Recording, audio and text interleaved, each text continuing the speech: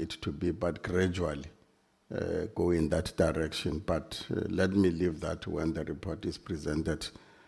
Chair, I don't know your remarks. Mr. Derek Haneko.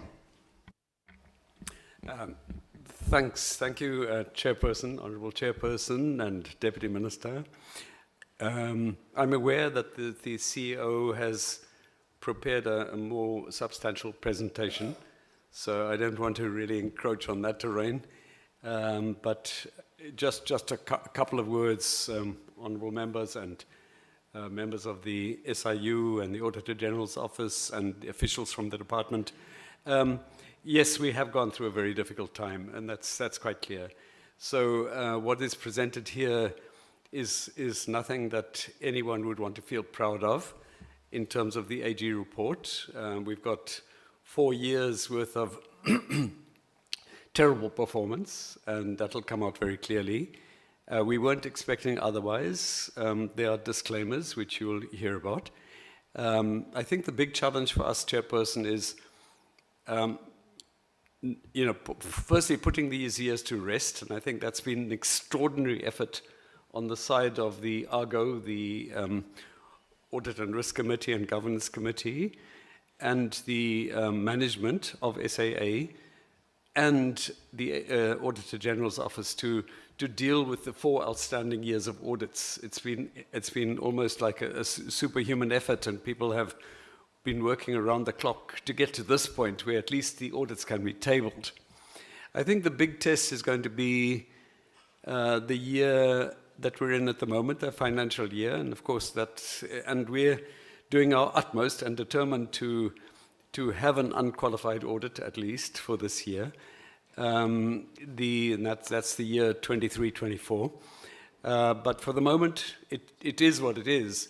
The big challenge, Chairperson, is how we navigate our way out of this, how we move forward and with good governance and an airline that becomes a viable airline once again, an airline that you, members of Parliament, honourable members, can also feel correct, justifiably proud of. And I think that's part of our challenge. You'll have heard, Chairperson, that we have started re-entering the intercontinental space, the long-haul flights, starting with Sao Paulo, 2 flights a week from Cape Town, 2 flights a week from Johannesburg. We have another intercontinental flight coming up early next year. The CEO might want to tell you about that. But I think those are, and then of course and lastly, I'll end here, part of the difficulty, Chairperson, even in us preparing our corporate plan for 24, 25 and the years beyond, and we've had a strategic session, we've worked on it, and clearly it will have a budget for 24, 25 in it. But part of the difficulty, Chairperson, has been the uncertainty about the share equity partner. And so, we don't know when it's going to happen. We know that it's on the cards. We're called an interim board, which is fine, but we take full responsibility as accounting authority, whether we're called interim or not. It doesn't really matter. But the problem is the uncertainty makes long-term planning a little bit difficult, because along with the arrangement with the share equity partner would be the capital injection. Now, the question for us is really, is that capital, can we plan on that capital injection of 3 billion rand coming in, or should we plan as if it's not going to happen? The good news is that on the cash flow side, we're healthy.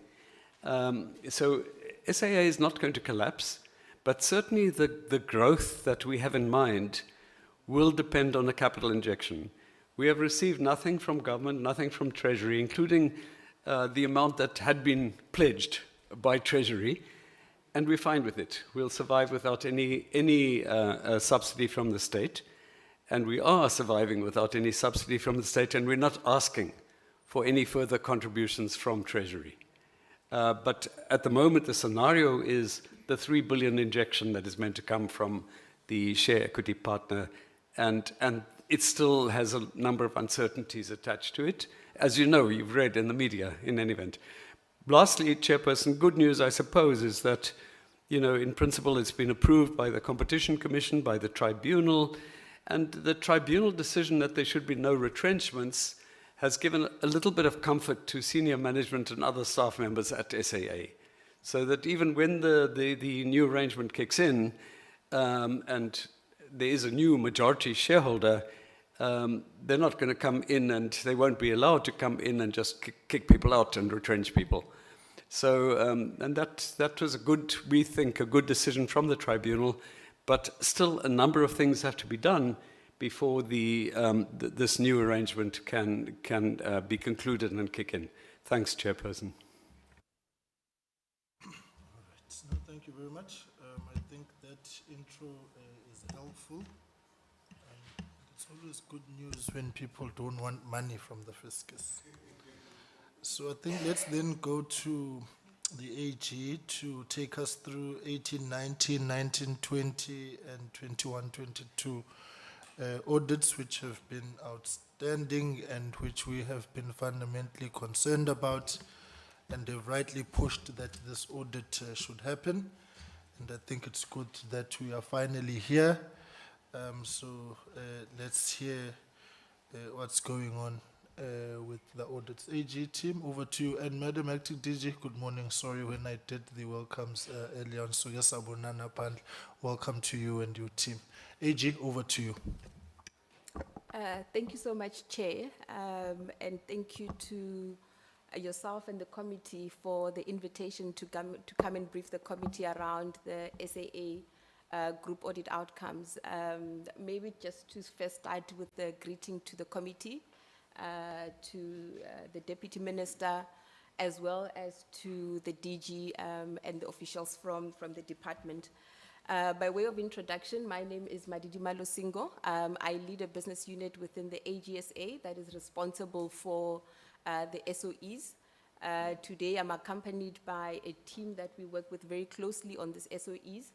To my left, or to my right, sorry, to my right, I've got Pumurani Rabonda.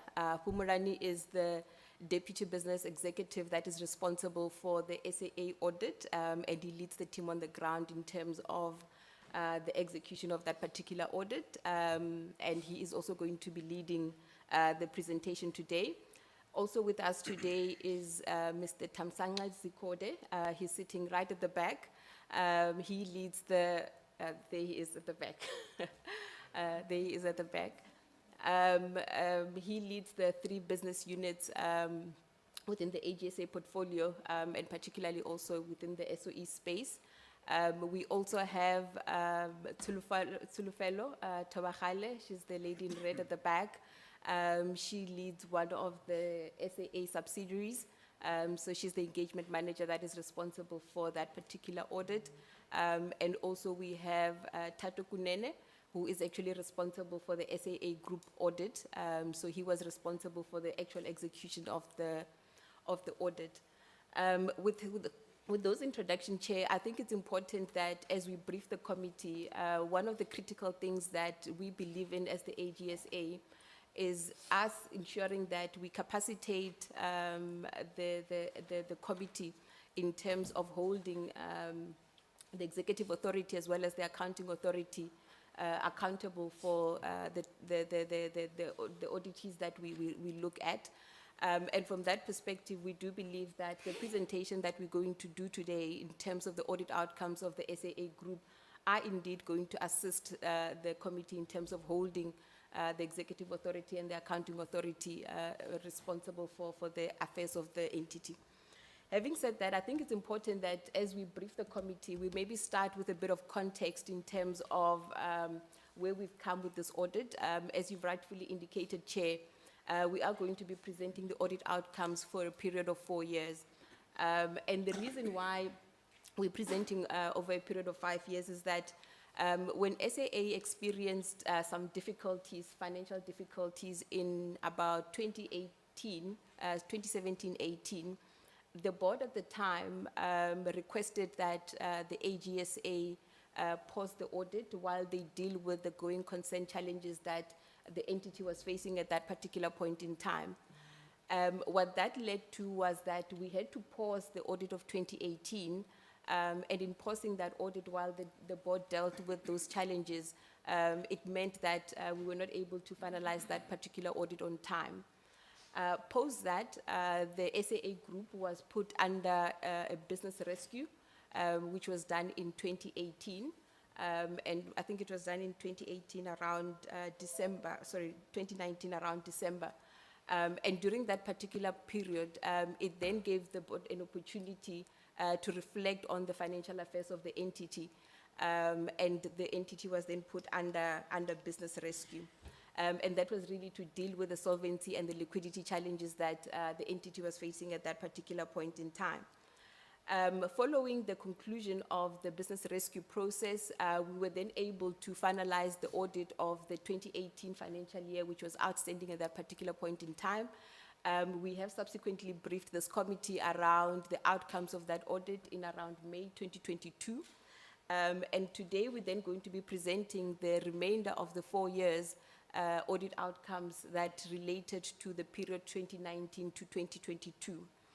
It has been quite a challenge, I must be honest, in terms of the AGSA executing this particular audits, mainly because about the length of time that it took to finalize the business rescue process and for the board to deal with the financial challenges. And indeed, when we were auditing, we did realize that to a greater extent, we struggled quite a bit with accessing the relevant information that supports the financial statements that were submitted for audit. Together with the board and management, we really tried to make sure that from our perspective, we get the evidence that supports the numbers that were recorded in the financial statements. And unfortunately, in most instances, we were then not able to find that information, which has led to a disclaimer of audit opinion over the period of 5 years, over the period of the 4 years that we looked at. So as we brief you today, we're then going to then articulate what those audit outcomes are, and we're also then going to look at the impact of that particular disclaimer of audit opinion and what it generally means for the entity. As it relates to the financial statements of 2023, the board did submit those financial statements to us in October. We're currently still busy with that particular audit, and we will then be able to brief the audit the committee on that once that audit has been finalized.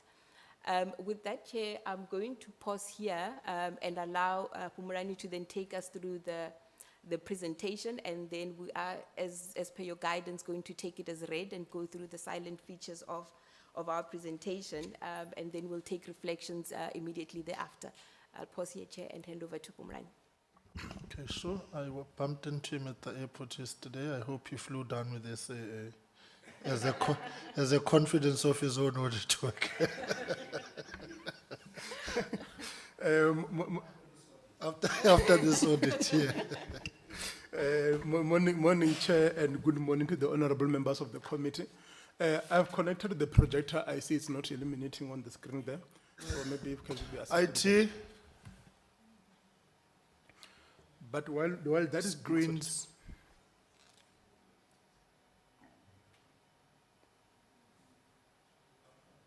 Okay, but you can carry on so long, Okay. it's fine. Thank you, Chair.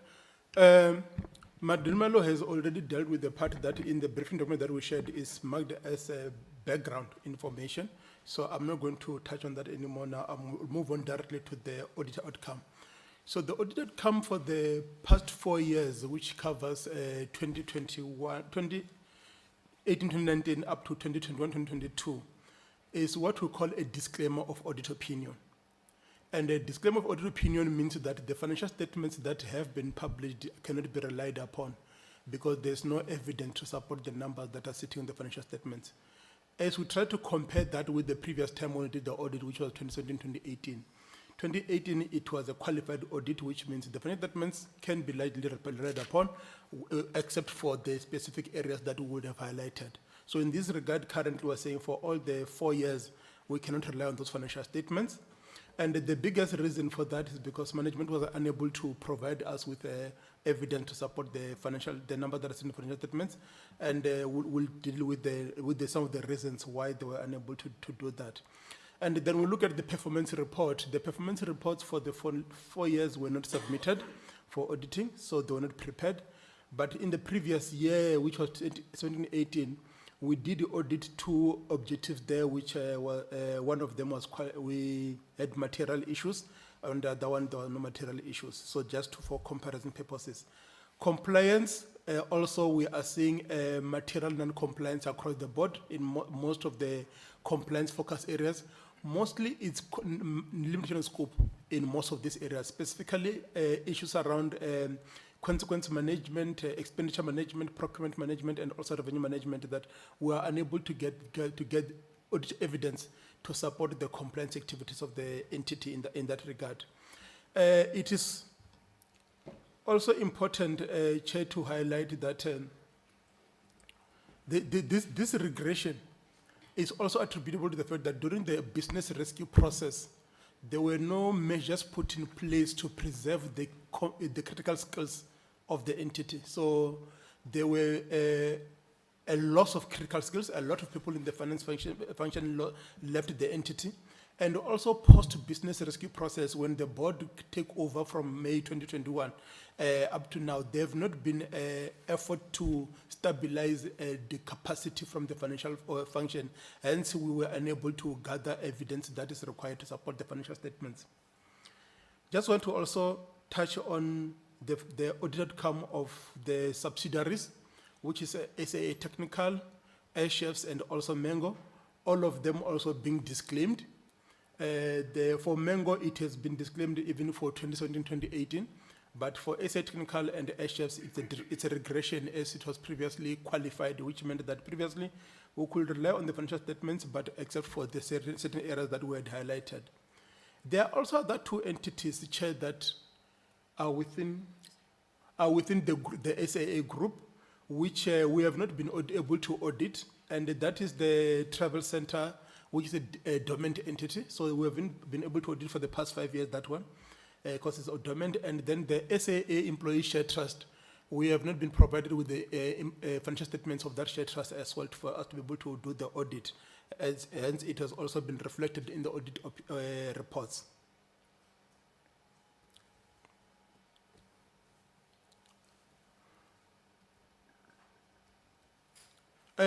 I've also already spoken about management's inability to provide us with evidence to support the audit process, but it's important to maybe just sit a bit on this one, because we're saying that there's lack of adequate skills and capacity to prepare credible financial statements and to support the audit process. I made the point that employees with knowledge of the SAA business and records of transactions have already left the company. During the business review process, there were no measures to preserve those skills. And this affected the credibility of financial statements prepared, as the experienced personnel with knowledge of the entity are no longer there. And I've already spoken about the part on the business rescue process, post the business rescue process, that management and the board have not established an appropriate organizational structure that and internal capacity to facilitate effective control environment for reliable financial reporting. And also, it's worth noting that a disclaimed audit opinion has painted SAA as an environment that is failing to implement robust financial management systems and credible financial reporting. And it's also an environment that is failing to account for the financial affairs of the entity. We also noted that when we tried to track the audit outcome from 2018, that there was no effective action plan to address and resolve the previously reported material issues. We did engage with the women's management, we engaged with the board, and we tried to come up with some of the recommendations in terms of what needs to be done to try and address these things.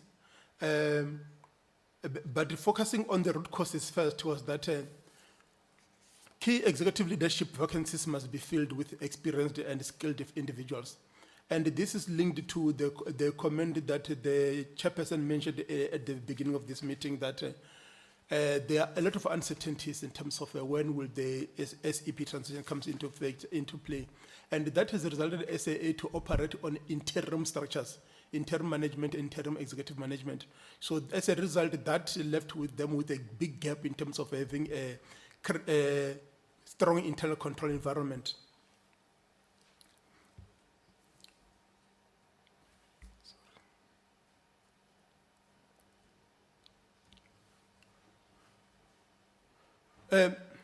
We're also saying that management must ensure that officials that are responsible for preparation of financial statements and also for the compliance function, including supply chain, are properly trained, and these departments should be capacitated with qualified people.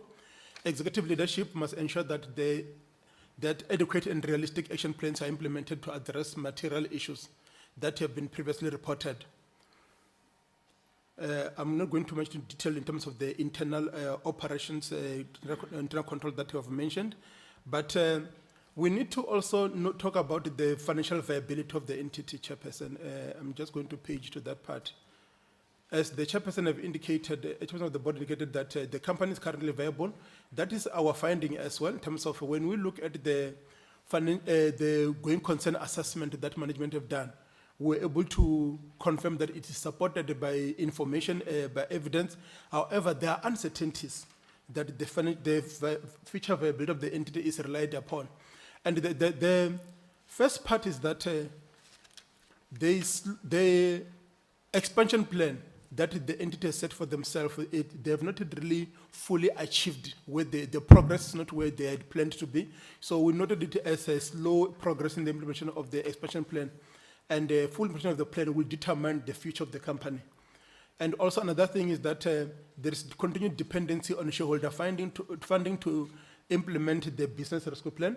We have noted that currently the going concern assessment that was provided for purpose of the audit, it included some of the projection in terms of how much is expected from the shareholder for the entity to be able to fully implement the BR plan.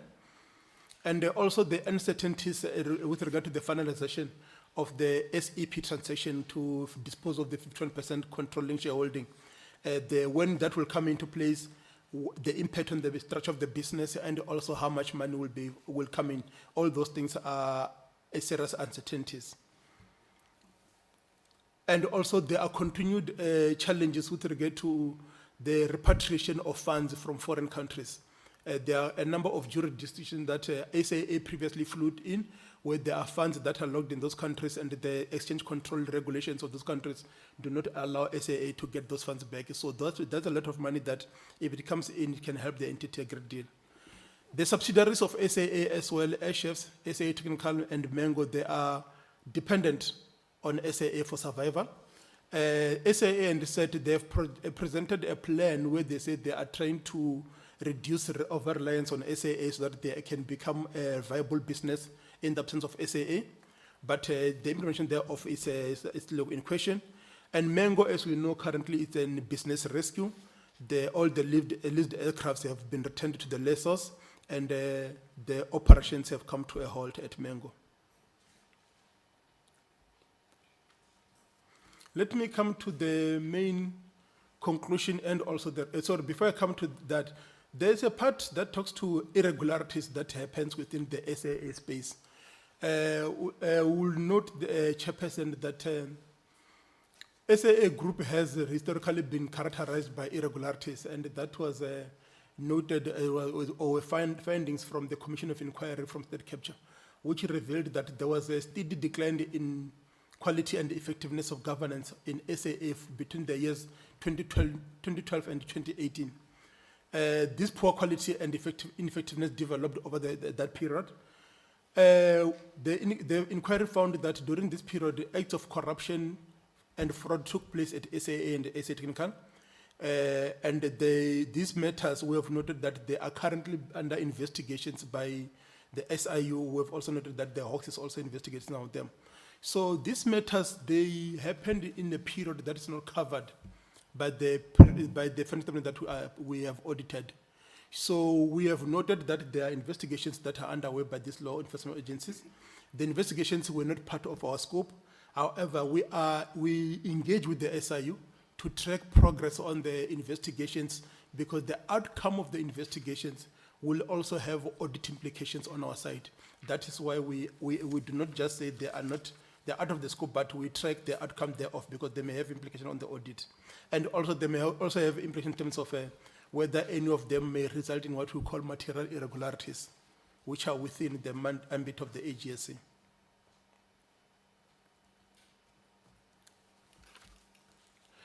So as I've indicated that in conclusion, a disclaimer of audit opinion on the financial statements renders the financial statements not reliable for purpose of decision making and compromises effective oversight. So basically, this committee and other committees of parliament, they cannot use those financial statements for oversight purposes, because the numbers that are there, we don't have evidence for them. And the inability of the accounting authority to ensure that the action plan is developed and implemented has a detrimental impact on the ability of the public entity to improve its control environment. A disclaimed audit opinion paints SAA, I've already indicated this part, in terms of an environment that is failing to implement effective measures for financial management. And while noting that there is an ongoing strategic equity partnership transaction that aims to transfer the controlling stake to a private partner, the company is currently 100% state-owned. The current board and management have a fiduciary duty to act in the best interest of the company and its shareholders, which is government. This fiduciary duty includes ensuring that the company is well equipped to achieve its objectives. Sorry, this statement, Chair, links with our observation that says post-business critical process, there have not been efforts to stabilize executive management and the capacity in the entity. And we're saying the current board have got that fiduciary duty to ensure that the company is well structured, irrespective of what we foresee coming in terms of whether the company will be privately owned in the future. But right now, the current shareholder being the government, they must feel that the company is being run in the best interest of government. And also in the context of the SEP transition again, the disclaimer in the audit opinion, it creates challenges in terms of determining appropriate values for the company and its assets. And this result in the terms of the sale and the selling price not being at terms that terms that will say they are well informed by numbers or correct values of those assets and liabilities of the entity. So that is the context now of the disclaimer audit opinion on the financials that are supposed to be used in determining the value of the entity. I'm not going to dwell too much into the recommendations that we have made to the accounting authority, but when we met with the shareholder representative, the minister at the AGM, we also made some few recommendations. And one of them was that the SEP transaction appears to have been a distraction in terms of, sorry, Chair, I keep forgetting to page here because I'm using two screens. We said the SEP transaction appears to have been a distraction in terms of building governance structures within the entity, as there are uncertainties with regard to when the SEP transaction will take effect. In the interim, while working on the finalization of the SEP transaction, the executive authority is advised to drive stability at board level. That means that the current members of the board that have been appointed, the executive authority needs to try to make sure that there's stability in terms of that. Executive authority is further advised to mandate and support the board to establish appropriate governance structures with stable executive management to stabilize operations and to grow the entity in the best interest of the shareholder. The executive authority is advised to follow up and ensure that the business rescue plan is fully implemented and support the accounting authority in securing the balance of the recapitalization of funds from National Treasury.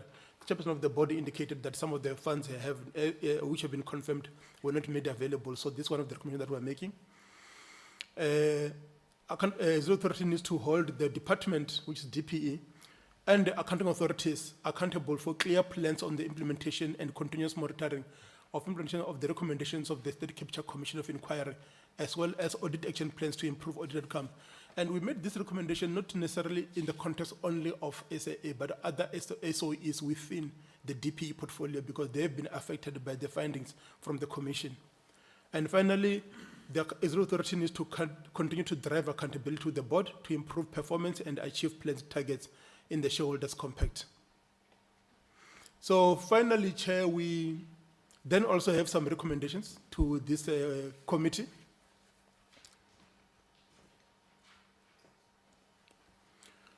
And in this committee, we are advising that the committee needs to continue to follow up with both the board and also with the ministry in terms of the action plans that are in place to address or improve operations of the entity, financial management of the entity, and also other outstanding matters, including the SAP transactions, the progress there, and also stabilization of the governance structures of the entity, and including the final conclusion and approval of the shareholders' compact, because currently it's still outstanding that document. Chair, I'm going to pause here and allow Madi to just close if there is other matter that you want to add from the presentation. Thank you. No, thank you so much, Humrani. And I think Chairperson Humu has comprehensively covered the audit outcomes of the SAA group.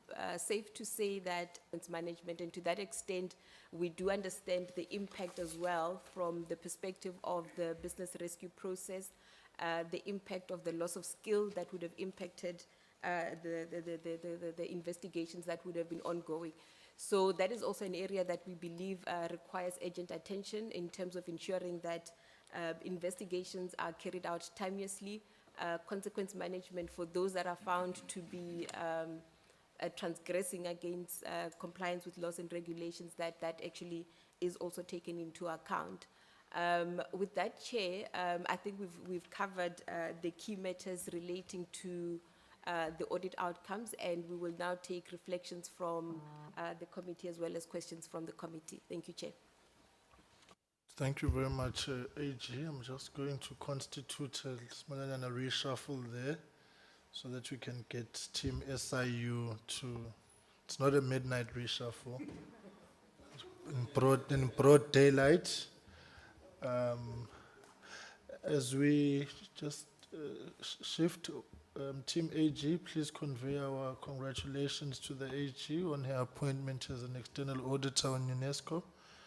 I think it's a moment for all of us to be proud as a country, and we wish her all the best in those responsibilities.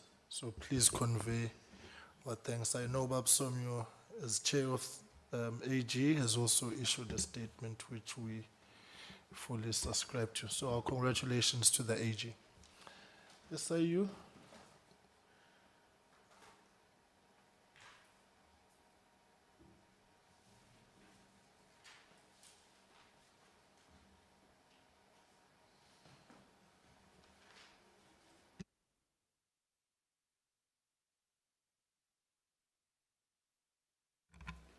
Good morning, Honorable Chair and Honorable Members.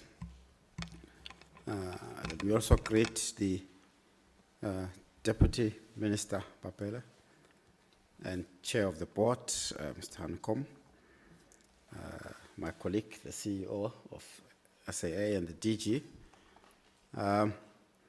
and all the colleagues from the department and from the AG's office. Honorable Chair, we're giving a presentation today as an update of our investigation at SAA. I'll introduce my team. Mr. Lekgeto, who's the Chief National Investigating Officer, is overseeing the investigations. And Advocate Vanara is here. He's also overseeing the civil litigation and some of the legal aspects of the investigations. And we also have Mr. Katlego Lintwi, who is the lead investigator in this investigation. So that's the team that's joining me today. Honorable Chair, will go really straight to slide number 8, where we introduce the proclamation.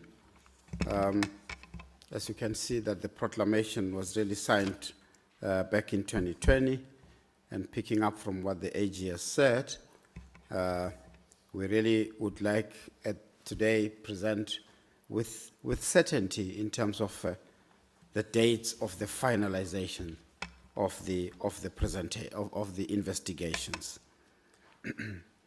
So, just as a quick background, and I think we've really presented before. The SAA management, back in 2019, approached SIU because they wanted to do forensic investigation, and we collaborated and then signed a secondment agreement with SAA to start the investigations internally. So as part of that, we then collected evidence pointing to certain of the allegations, and we prepared a proclamation which was signed by the President in 2020. Now, the investigations have really progressed. So the terms of reference of the investigations, just listening to what the Auditor General has been presenting and what probably the SAA management would present, these covers allegations which were made at various, well, I suppose, 2 areas of the business of SAA. SAA, suppose, if you like, as a holding company, and SAA Technical in the main. And you'll see there in terms of the proclamations, SIU was directed to investigate the procurement aspects, so the contracting environment around the Airbus aircraft, maintenance, repair, and operations services at South African Airways Technical. So that's the technical part of business. And then there was a legal services contract that was also alleged to have been awarded irregularly. And also investigating service providers to support and expedite implementation of the SAA turnaround plan. And then another area is to investigate maladministration in the affairs of SAA, relating to the travel rebate benefits and payments made to SAA vendors, and the implementation of the 30% broad-based Black Economic Empowerment Supplier Set-Side Initiative in respect of the supply and delivery of the jet fuel. We also looked at the irregular, improper, or unlawful conduct of officials or employees of SAA or any other person or entity in relation to the allegations that were included in the schedule of the proclamation.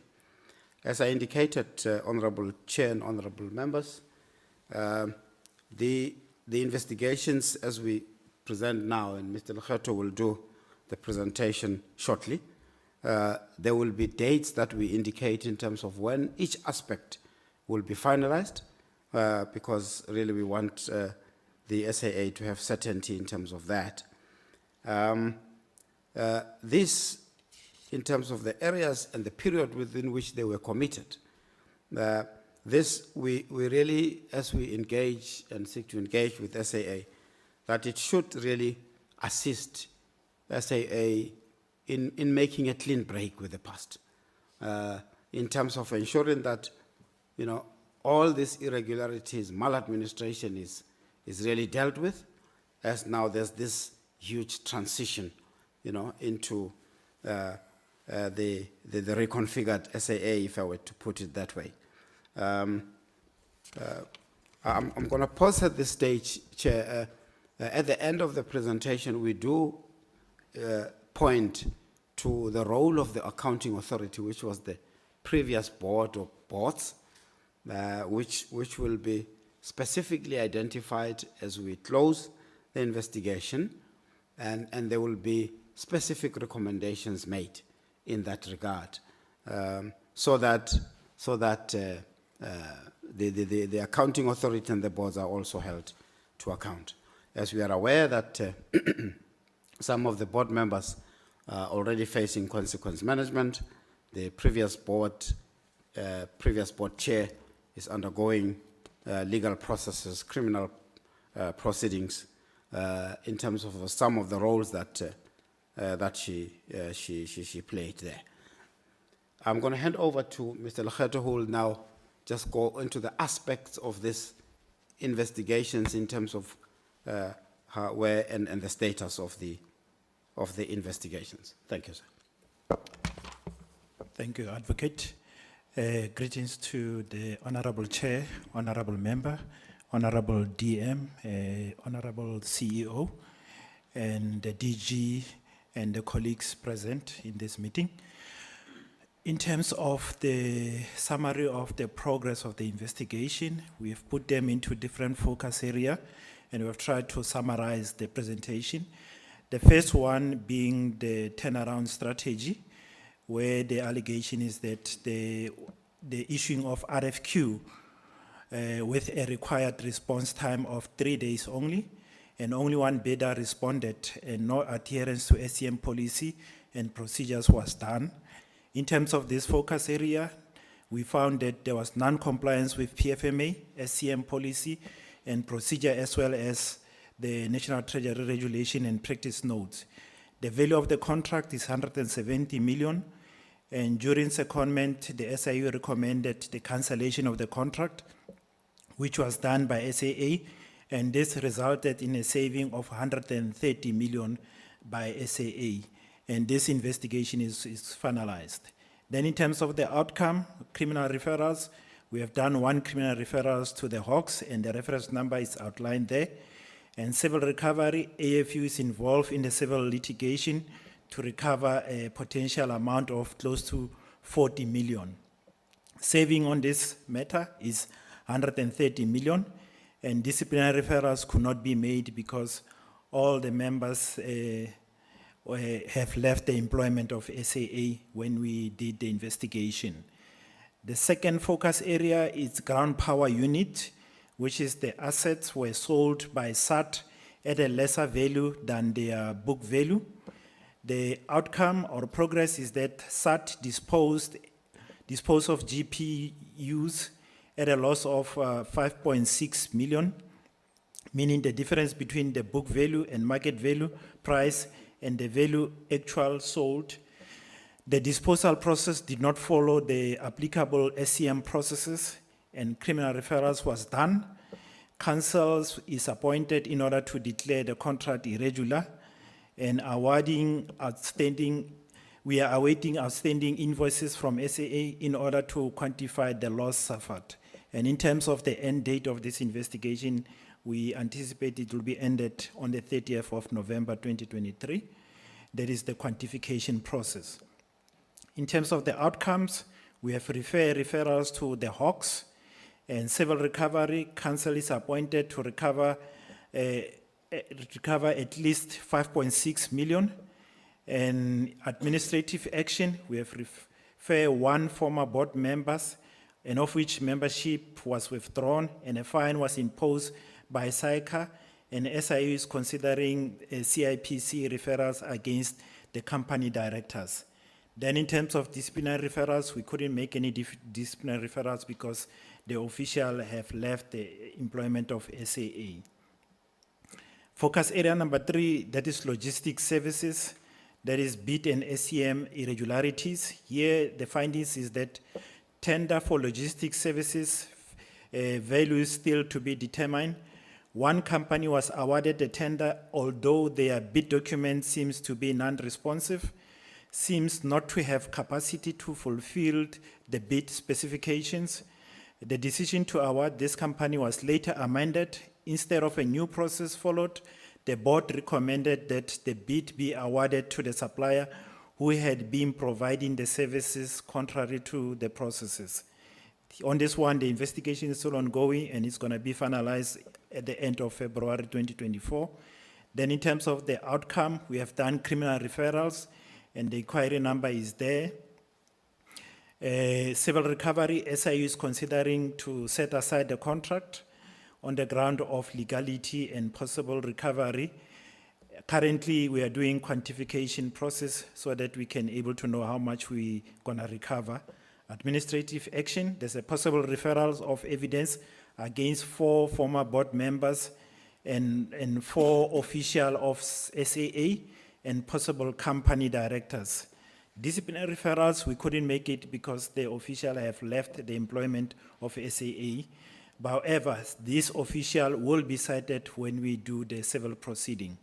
Focus area number 4, tire tender, SCM and tender irregularity.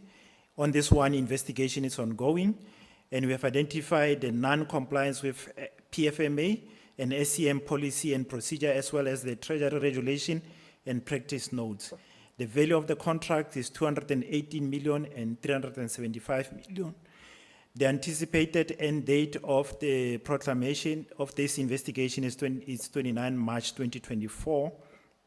Then in terms of the outcome, there's a possible criminal referrals that we are considering, and civil SIU is considering to set aside the contract on grounds of legality and possible recovery. And on this aspect also, quantification is still ongoing. An administrative action, 1 former board member, that is membership was withdrawn and fine imposed by SAICA, and SIU is considering the CIPC referral against the company directors. And disciplinary referrals, we couldn't make it because all the officials left the employment of SAA. However, we will consider them when we do the civil proceedings. In terms of focus area number 5, we look at the component support services. Here is tender irregularities in awarding the component support bid and corruptive relationship and payments between third party and SAA and SAT employee and board members. The finding is that we have identified SCM and tender irregularities on this contract. The value of the contract is between 1.2 billion and 1.8 billion. Payments of deposit amount contrary to contract stipulation indicating an irregular letter of credit. Other irregular payments made contrary to the stipulation of the contract. This amount are still being quantified by the accountant, and currently this amount is at 35 million. And corrupt payments between entity, third party, SAA and SAT employee, as well as board member. The flow of these funds for all the related contracts are still being analyzed, as several bank statements were subpoenaed and currently being analyzed. Civil litigation is to be instituted, and the civil claim involved the 2 legal firms. Then the end date is 30 November 2023. In terms of the outcome, there's a possible criminal referrals of fraud, corruption, and facilitating corrupt payments against approximately 10% that involve companies and individuals. And in terms of civil recovery, we are to institute civil recovery against companies and individuals for a possible amount exceeding 1 billion. Administrative action, membership withdrawn and fine imposed by SAICA against 1 board member. And there's also possible referrals of evidence against former board member and company director to CIPC for delinquency. And also referrals of evidence of misconduct against 3 attorneys to the Legal Practice Council. In terms of disciplinary referrals, we couldn't make disciplinary referrals because all the employees left the SAA before we start the investigation. However, this official will be cited in the civil proceeding. In terms of focus area number 6, here we look at the paint tender. Here we're looking at the tender irregularities, and the tender irregularities which include the non-adherence and compliance with the PFMA and SCM policy and Treasury regulation and practice notes. And the tender value of this paint tender was 19.2 million, and this investigation is finalized. In terms of the outcome, we have referred criminal referrals to the Hawks, and the referrals include allegation of corruption, which include entities, individual, and former officials. Then in terms of disciplinary referrals, we couldn't do it because the official left the employment of SAA. Focus area number 7, here we look at the swap transaction. Here it's tender irregularities and contract non-compliance issues relating to acquisition agreement of 2002 sales and leaseback agreement. That is Airbus SAA swap transaction. The finding here is that there is no proof of PDP reinvestment to SAA in full or in part. This amount to 824 million, and there is no proof of refund of PDPs to SAA to the value of 103 million US dollar, and only 50 million US dollar was received by SAA. And there was unauthorized processes relating to the signing of documents pertaining to the amendment of contract. This had a cost implication for SAA amounting to 47 million US dollar, and as well as the security deposit of 26 million US dollar, which still needs to be clarified. There was no proof of any reimbursement in relation to maintenance expenditure on the lease aircraft as per the lease agreements between SAA and lessor. Investigation is ongoing in order to determine the reimbursement, whether it has occurred. And the anticipated completion date is 30 April 2024. And in terms of the outcome, criminal referrals, we have referred, or referrals are still under consideration against one official of SAA and one board member.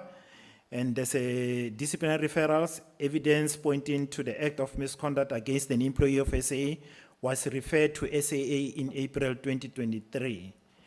And civil recovery, there's a possible civil action to recover 824 million and security deposit.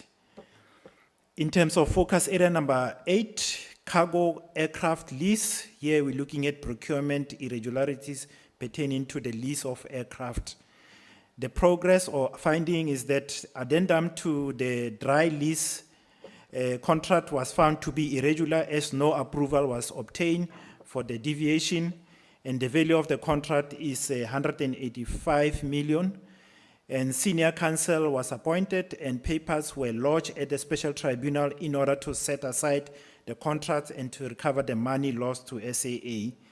The anticipated date of completion is that the investigation will be finalized by the end of November 2023, and matters will be still pending in the special tribunal will continue beyond the November 2023.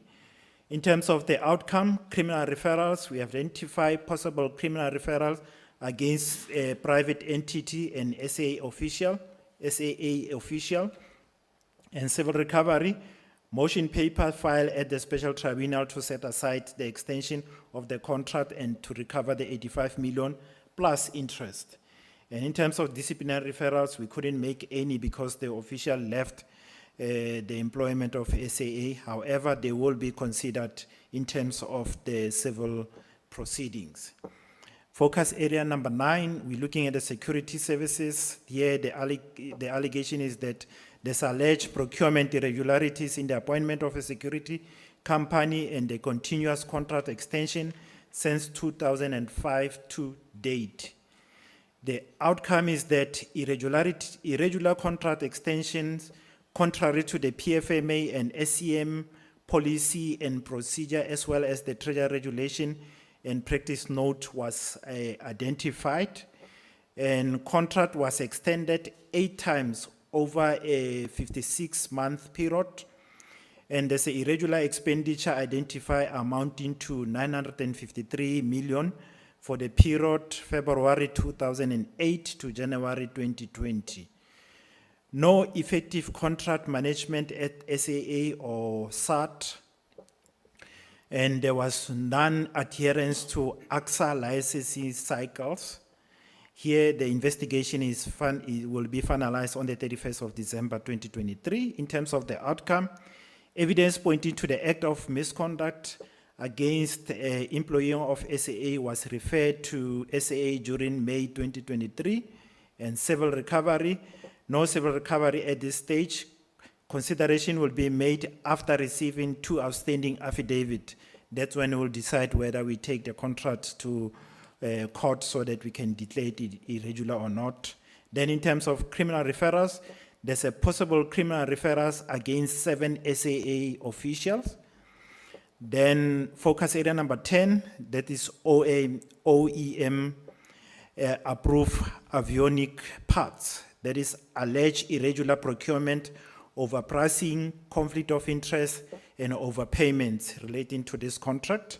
Here, the investigation is ongoing, and the value of the contract is 5 billion, and payments exceed the budget and contract amount. And also the finding is that there are no procurement documents for this contract, and we have requested information from the service provider team to pursue the conflict of interest investigation based on allegation that employee who signed off the RFQ is in the owner of the company that was awarded the tender. And this investigation will end in 31 December 2023. In terms of the outcome to be determined on the completion of the investigation, and civil recovery, also the outcome will be determined together with the disciplinary referrals will be determined once we finalize the investigation.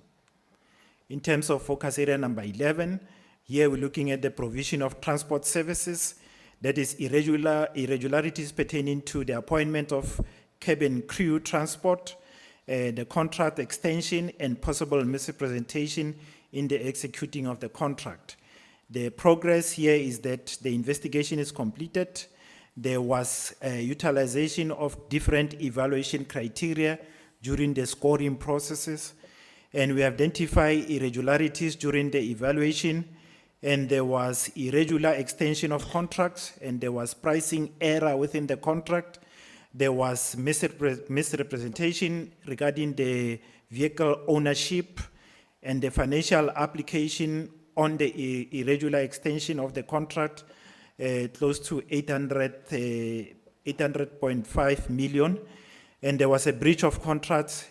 The breach of a contract implies that a possible amount of 6.4 million could be recovered for the period of February 2019 to August 2020.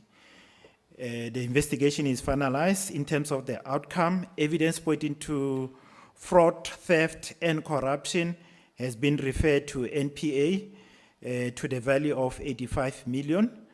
And civil recovery, SIU is finalizing referrals to civil litigation unit within the SIU.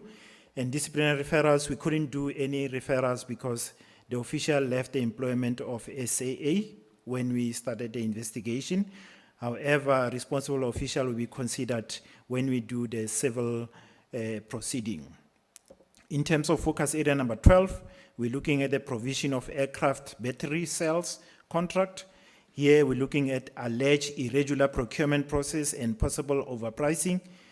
The investigation is ongoing, and the 3-year contract was budgeted at 11 million, and the 2016/2017 year was budgeted at 6 million. The actual expenditure for 2017 was 22.2 million, and for 2018 was 32.8 million. An advance payment was made to the company contrary to approved policies. A number of payments were processed in terms of RFQ, yet the amount exceeds the approved threshold. The anticipated end date for the proclamation is 28 February 2024. In terms of the outcome, there's a possible criminal referrals of fraud, corruption against individual and company. And civil recovery, we are to institute civil recovery, and currently we're still waiting for the quantification process. And disciplinary referrals, we couldn't make it because official left. However, this official will be cited during the civil proceedings. Focus area number 13, we're looking at the provision of transport services. Here we're looking at the alleged irregularities pertaining to the appointment of cabin crew transport, the contract extension, and the possible misrepresentation in executing the contract. Here, the finding is that there was irregular scope change occurred during the contract period, and the approved amount for the period 1 March 2016 to 31 October 2017 16 was 3.6 million, but 21.3 million was paid, and there's a possible irregular payments of 15 million. And the investigation is still ongoing. And in terms of the outcome, there's a possible 1 criminal referrals to be made to NPA once the investigation is finalized. And there's a possible settlement with a private entity and referrals to the special tribunal for the recovery of the amount is still to be finalized once the quantification is done. Disciplinary referrals, there's possible 7 DC referrals to be made to SAA. In terms of focus area number 14, we're looking at the suppliers development contract. Here the allegation are that one SAT board member took a loan of 800 million from one of the supplier of SAT in exchange for contract. In terms of the progress, it will appear that an amount of 700 billion was transferred from one attorney's bank accounts to the supplier in question, and on 15 July 2016 and on 29 July 2016, the same supplier paid 700,000 and 119,000 respectively into a bank account of a company owned by a member of the board. On analysis of SAT expenditure reports, the supplier has been paid a total of 6.1 million from SAT purchase order, and contra bank details still to be determined, as it seems that the attorney's firm was involved in channeling some of the funds between different company accounts. An investigation is still ongoing. We anticipate that this investigation will be finalized on the 30th of July 2024. Then in terms of the outcome, criminal referral, there's a possible referrals of evidence relating to the facilitation of corrupt payments to the NPA. And civil recovery, there's a possible referral to the special tribunal for the recovery of irregular RFQ amounts, and administrative action, SICA referrals, and Section 173 of the Companies Act is to be made. And there's a possible referral also to the LPC, and disciplinary referrals could not be made because the official left the employment of SAA. Then in terms of focus area number 15, here we're looking at working capital optimization contract. Here it is alleged that irregular SEM process of SAT lost benefits from the re-evaluation of the stock. Here the finding is that the investigation is ongoing. The value of the contract is 22 million. Bid was submitted late and should have not been considered by SAT. The same bidder was also privy to information not shared with other bidders.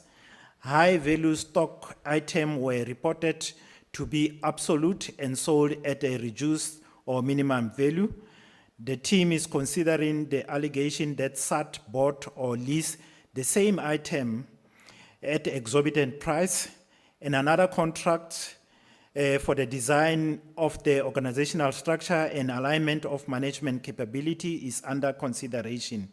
The investigation will be finalized on the 31st of December 2023. In terms of the outcome, criminal referrals, we have referred a criminal referrals against former employee of SAT in April 2023 to NPA, and civil recovery SIU is facilitating the reimbursement of 14 million contract to SAA. Then in terms of disciplinary referrals, we couldn't refer any DC because the official left. However, they will be cited in the civil proceeding. Focus area number 16, we're looking at the catering services. Here it's alleged that the former SAA board chairperson interfered with the tender process. And the progress is that on the 14th of August 2015, after a completion of tender process, a tender for the provision of catering services at the OR Tambo International Airport launch was awarded to to the value of 85 million for a period of 3 years. When the board was advised of the award and the impact it will have on one SAA subsidiary who had been servicing the lounge, the chairperson of the board instructed that the appointment be cancelled on the 3rd of September 2015 and the services be reinstituted with the subsidiary, that is the company that was providing the service all along. And on the 9th of October 2015, a board resolution was taken in which the award was cancelled and the service awarded to the subsidiary company without going through the tender process was done. And the investigation is finalized in terms of this aspect. We're currently tying up the loose end, of which it will be finally finalized on the 30th of November 2023.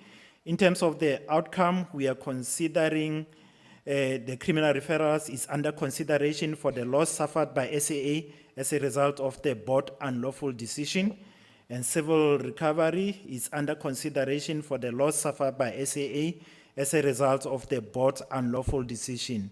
And currently, we are busy with the quantification process. And disciplinary referrals, we couldn't make any referrals because all the board members left and the official left. However, they will be considered if we proceed with the civil litigation. Focus area number 17, here we're looking at the provision of legal services. It is alleged that there was a conflict of interest in the awarding of tenders and there was corruption and facilitation of corrupt payments.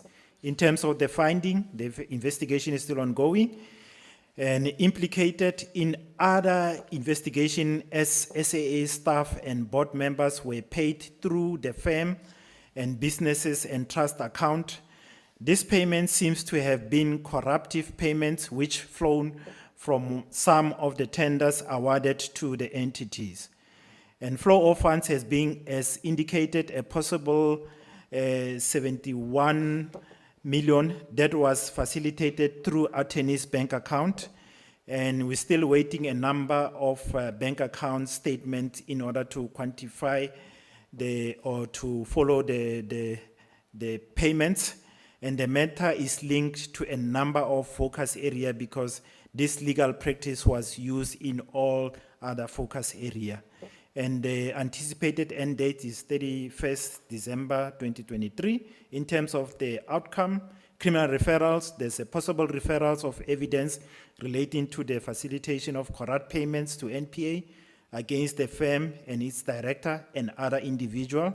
Civil recovery, we are to institute civil recovery against companies, individuals, and the value is still to be determined. Administrative action, one former board membership was withdrawn and fine was imposed by SAICA, and we are considering 3 LPC referrals and 2 CIPC referrals against company directors. And disciplinary referrals action against one SAA member was done. Then focus area number 18, here we're looking at the ground handling tender. Here there's an allegation of irregular procurement processes followed and alleged corruption. The investigation is ongoing. We found that the procurement process was not followed in the procurement of the ground handling tender, and we have identified the corrupt payments. And here the investigation will be finalized on the 31st January 2024. In terms of the outcome, there's a possible referrals of evidence relating to the facilitation of corrupt payments to NPA. And civil recovery, we are to institute civil recovery against the company and individual, and the value is still under consideration. And disciplinary referrals, no action could be taken because the official left the employment of SAA. However, they will be cited during the civil proceeding. In terms of focus area number 19, we're looking at the provision of cleaning services.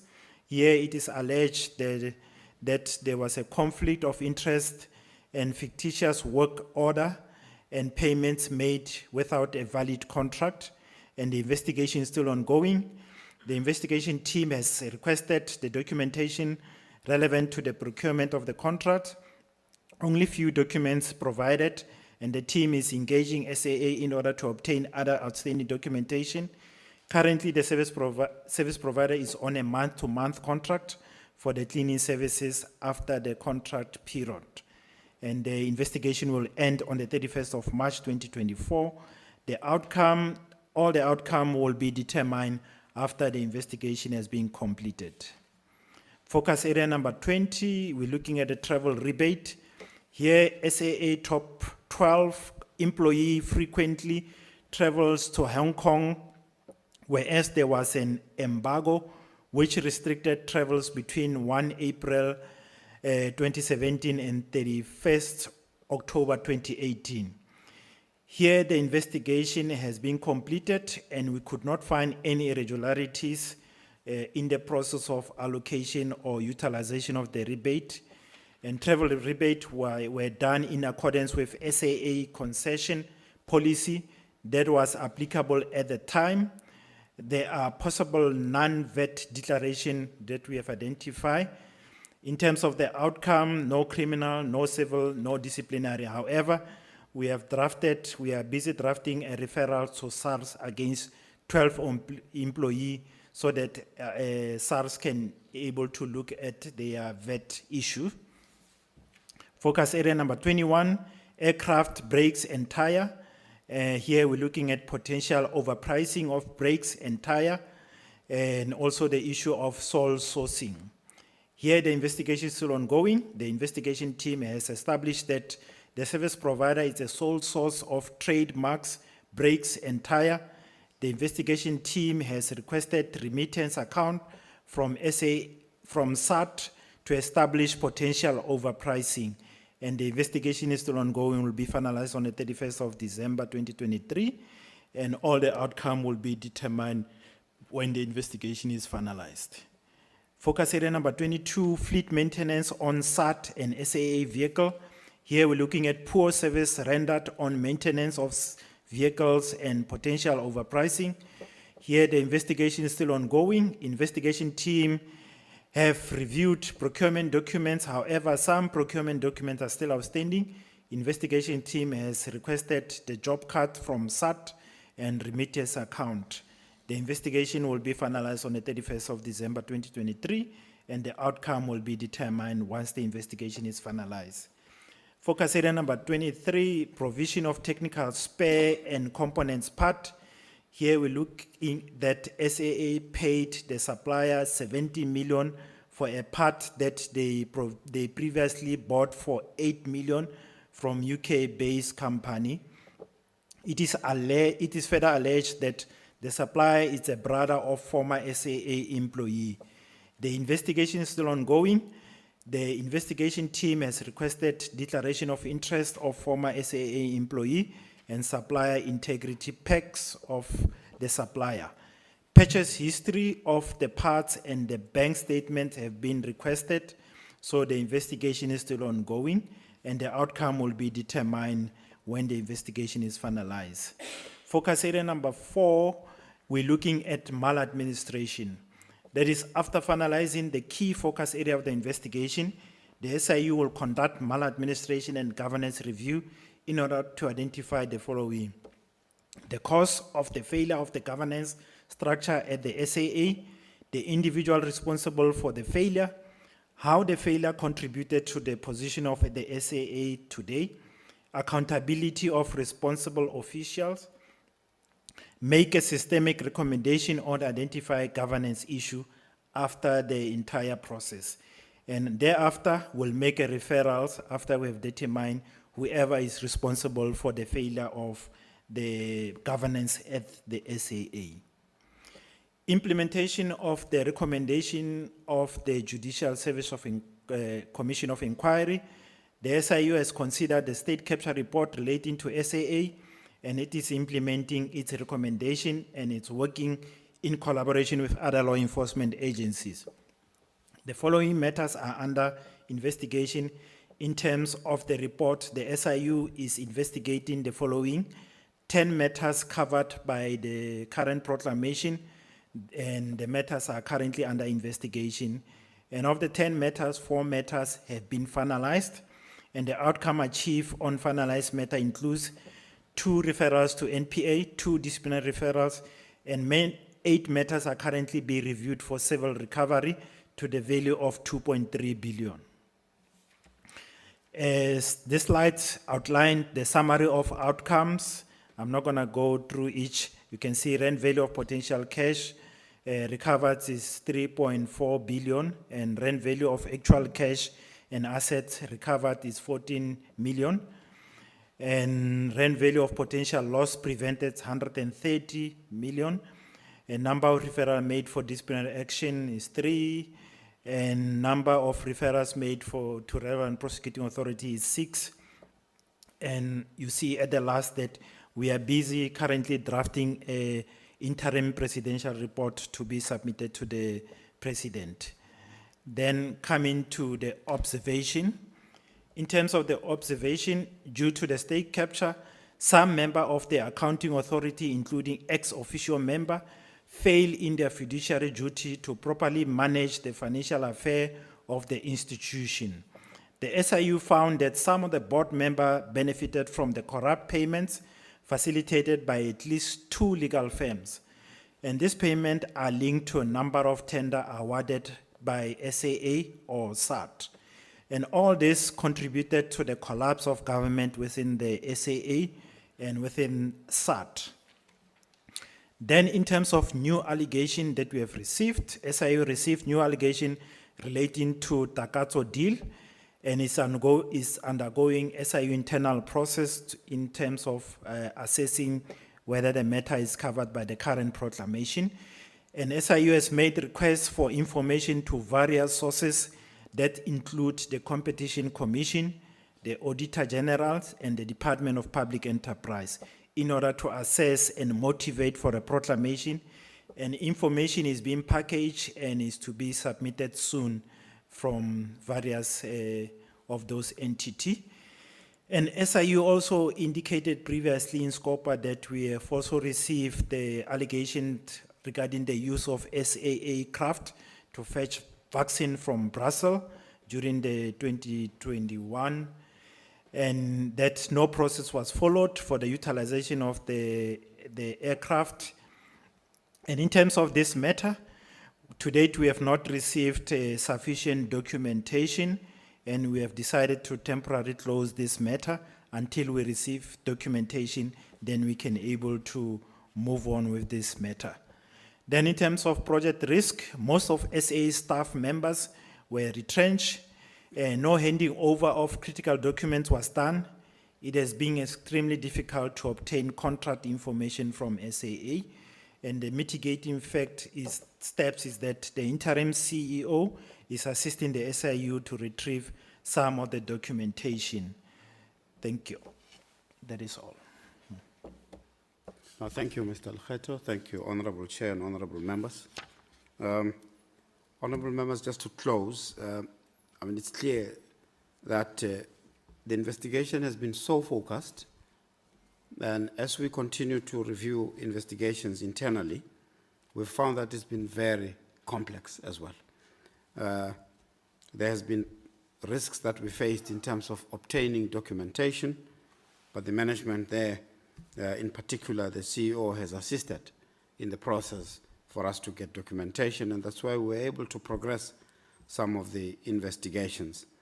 As the Honorable Committee can see, that the focus really in terms of this maladministration, corruption and the others has been on procurement.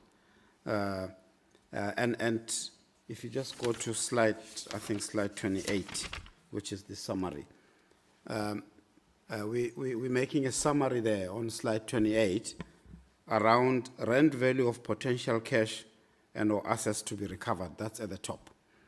This is at the time of this presentation, it counts up to 3.4 billion, and that's various contracts.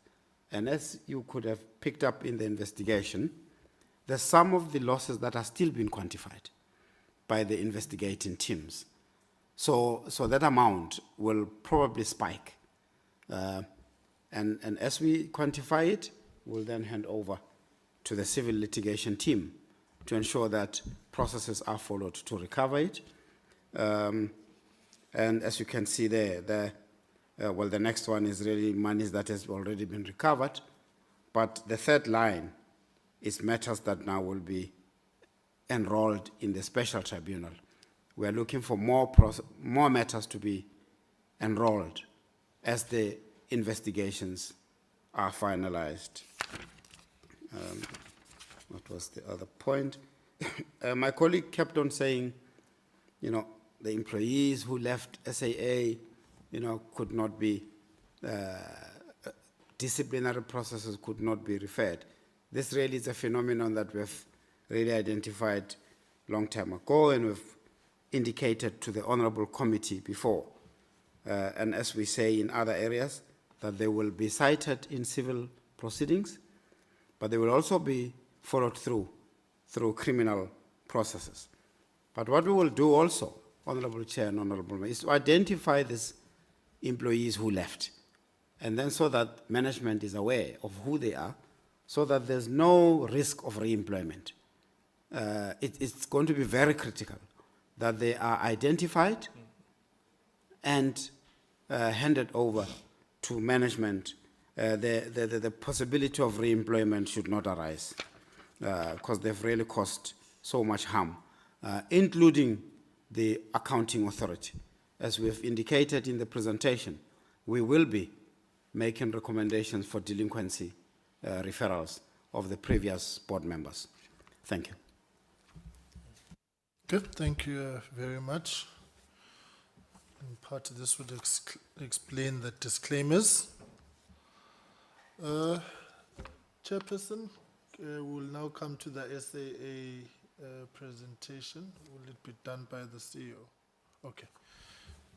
CEO, over to you. Honorable Chairperson of SCOPA and honorable members of the committee, Chairperson of South African Airways, the Deputy Minister, the Acting Director General, and my colleagues from the SIU as well as from AGSA. Chairperson, it's always an opportunity we take with much seriousness to be able to present to your committee. I'm accompanied by my colleague, the Executive Director, the CFO, who will in particular assist in addressing, as the question might arise, on the issue of the non-provision to the auditors of the financial statements of the South African travel centers, as well as the SAA Employee Share Trust financials. Generally, Chairperson, we, in our presentations to SCOPA, we seek to stick to the brief and the questions that have been raised, but within the context of today, please allow us, by way of introduction, to state, Chair, that the current SAA is an organization in transition. We have inherited, or we have an organizational development approach that sees the life of SAA mutating through 3 phases. The first phase is what we call SAA version 1 that we have inherited since May 2021, which was immediately as SAA got out of business rescue. That SAA version 1 is an SAA that carries a reputational image of what we call the Zondo Commission era of SAA, as well as the business rescue SAA. The business rescue element speaks to the financial deterioration in terms of the management of SAA that occurred at least from the year 2011. The last time SAA published positive financial statements was in 2012. And as the auditors have indicated, since then SAA has had a series of disqualified audits. And that, Chair, speaks to how SAA dwindled into the business rescue that happened on the 5th of December 2019. We took South African Airways on with the leadership of the shareholder when a new board and a new management was established in 2021, with the airline flying from September 2021. And we styled this SAA as version 2. But this SAA version 2 consciously was structured as an organization in transition to what will be SAA version 3, namely an SAA which, out of the diagnosis that was done, that for SAA to be SAA, it has to be a company that is dependent, self-dependent in terms of its financial ability, and not be dependent on the fiscus anymore. And that is powered by the most agile and best practices in airline management. Therefore, the requirement of the introduction of a private strategic equity partner. And we have managed SAA in preparation and in transition of the institution of this SAA version 3, which we believe will or should deliver an SAA that is well capitalized and strong enough to retain the market share that SAA has lost since it went into business rescue in 2019. As such, Chair, SAA is an organization that is in a workshop. It's an organization that is being fixed and an organization that is being rebuilt. And in that context, Chairperson, we have appreciated the interaction of the AGSA as they conducted their audit. We have had very difficult conversations with them in trying to get them to understand the context of the two eras that they were dealing with, the legacy, where we are trying to rebuild a new SAA. But of course, the rules of accounting and audit demanded them to look at the SAA of the past through the lenses of the SAA of the present.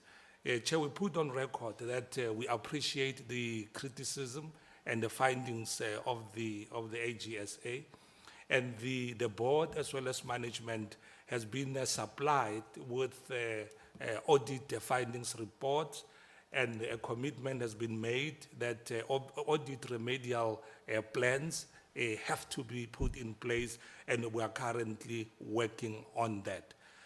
Similarly, Chair, the issue, the connection, which leads us into the second issue of our relationship with the SIU, is the identification by the external auditors of consequence management within SAA.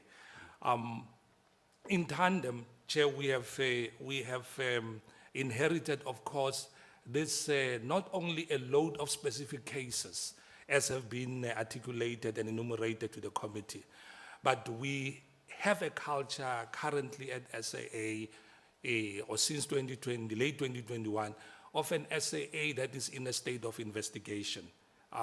We have on a daily basis the work of the SIU, the work of the Hawks. We are seeking in re-employing the staff to ensure that we employ people who are committed to the values of SAA version 2, and who will assist us in ensuring that the mistakes of the past are not repeated. And along that, Chairperson, we, as the board and management, we have also been somehow impatient with the rate at which the SIU is operating, without, of course, seeking to interfere with the rigorous and the independence that they need to have in their investigations. To that end, in September 2021, or a few months ago, myself and the chairperson of the board met with the relevant people at the SIU to just underline the obsession of the board of SAA and its executive management to have most of these cases brought to a close, and for us to work in a more efficient way. And in a very peculiar manner, Chair, we also decided to contribute to the capacitation of SIU. One of the most, the airline industry is very complicated, and most of the work that the SIU was investigating on is the issue of the legacy lease agreements, how SAA was acquiring aircraft, the swap transaction, and so on. We organized and flew to South Africa a special training course by IATA, the famous International Air Transportation Association, trainers to train some SIU or SIU investigators as well as our senior executives on an international course on aircraft acquisition and financing. Chair, we have indeed been receiving cases for referral. Currently, we have about 3 referral cases that have been concluded involving senior managers coming from the SIU. We have also been able to cancel one notorious contract, and we have sought from the SIU to be alerted of those service providers who we should be able to eschew from our procurement processes, since we are not, or we cannot blacklist any service providers, as that is the task or the purview of National Treasury while the investigations are going on. And in partial response, Chair, to the presentation by the AGSA, indeed, one of the greatest challenges that SAA has is a capacity of critical skills, in particular in the finance department. The root matter of this, Chair, is that besides what has happened during business rescue, as the organization in the public domain is known to be in transition to a new controlling shareholder, SAA is having a difficulty in attracting qualified professionals, particularly in the finance space, who of course cannot be assured of long-term security of employment. As we all know that when a shareholder comes in, put in their money, the first thing they look at is at the purse, and they want their own people to control that purse. In tandem, Chair, we institutionally, the organization in recent times has become stronger. We have a new board, but besides having a board, Chair, we have a board that is more capacity in terms of the numbers of board members. For the first time since restart, we have an audit, risk, and governance committee that has been functioning very fiercely and efficiently, and the other statutory committees that have been requested. We report quarterly to the shareholder, the executive authority, as is prescribed by the relevant prescripts of the PFMA. And the executive authority, together with the office of the Director General, have really in this recent financial year strengthened and sharpened their supervision of the management of the company. We receive at the end of each quarter what is called investor review letters, where a number of matters are brought to our attention for dealing with. Moving in, Chair, to the brief of the requested meeting, to just preface this by saying that nearly of all state-owned entities, South African Airways is very unique in that it is not a monopoly to begin with, and it is operating on one of the most competitive industries in the world, with very fickle economic KPIs or performance goals, very slow margins, and it's a very expensive business.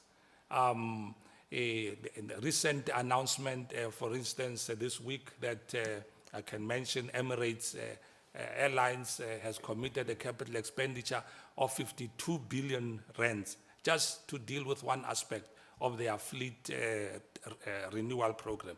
$52 billion, sorry, Chairperson, is nearly R1 trillion, which has been put and committed by a state in keeping its airline.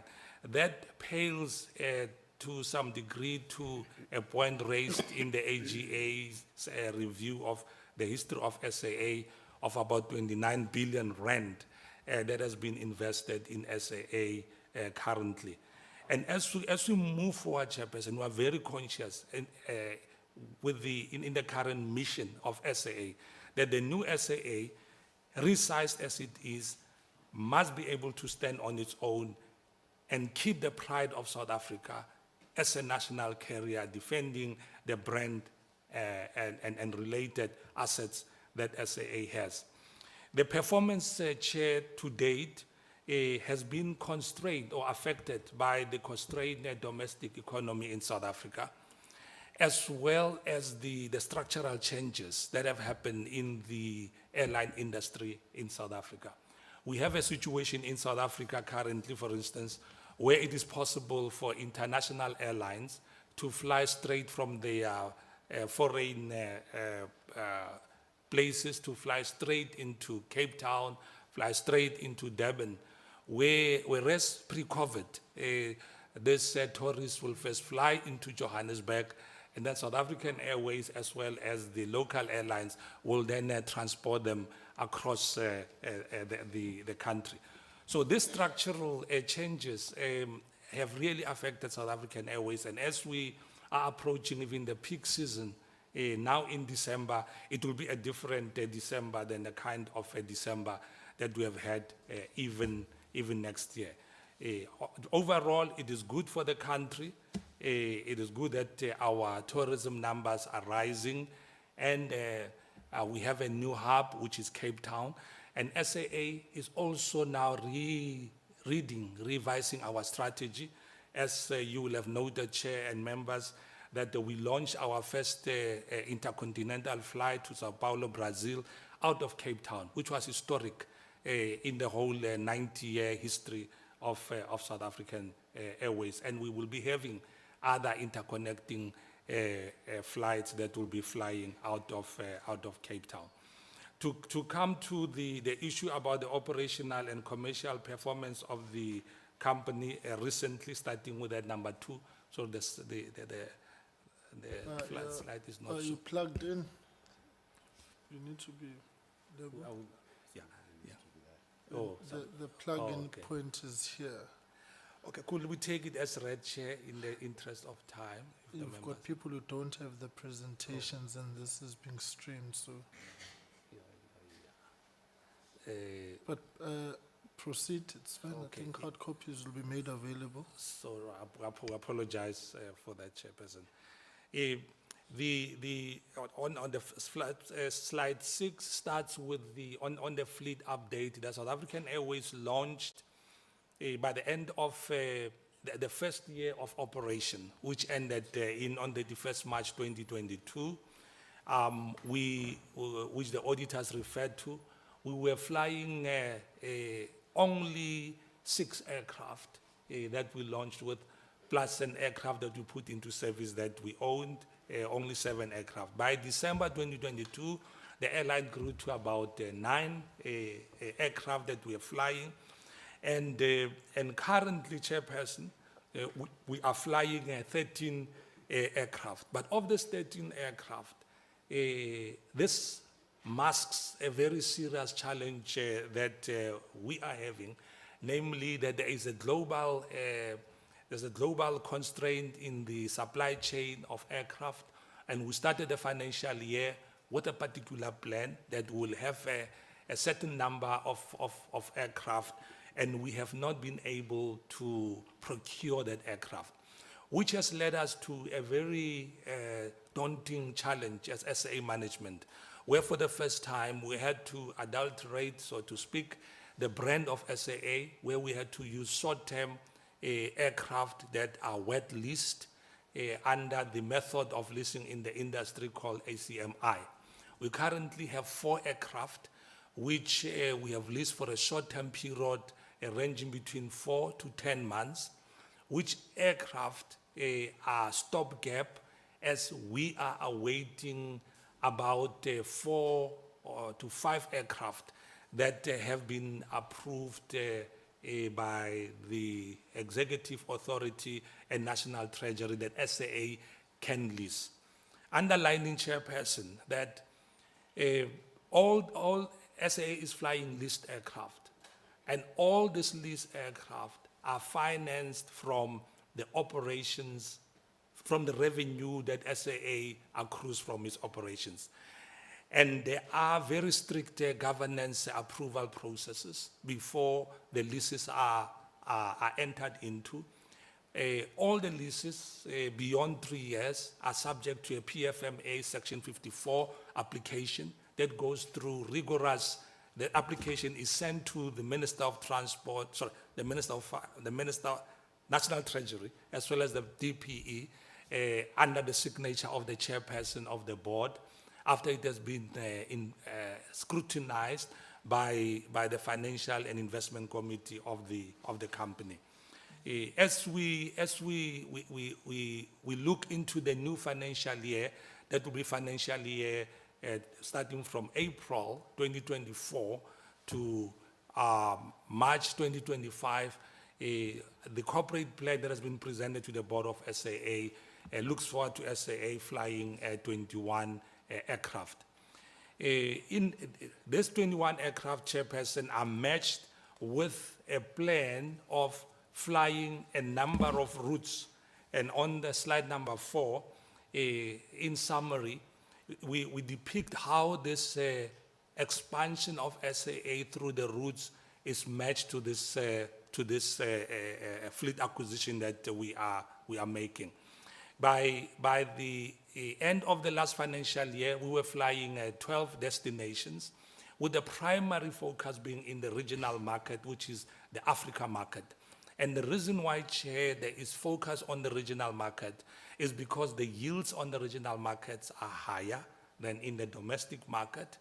And secondly, South African Airways is the only airline in South Africa that has the capacity of wide-body aircraft that can do long-haul missions, and therefore enabling South African Airways to execute its national mandate of linking South Africa with its trade partners and the tourism markets.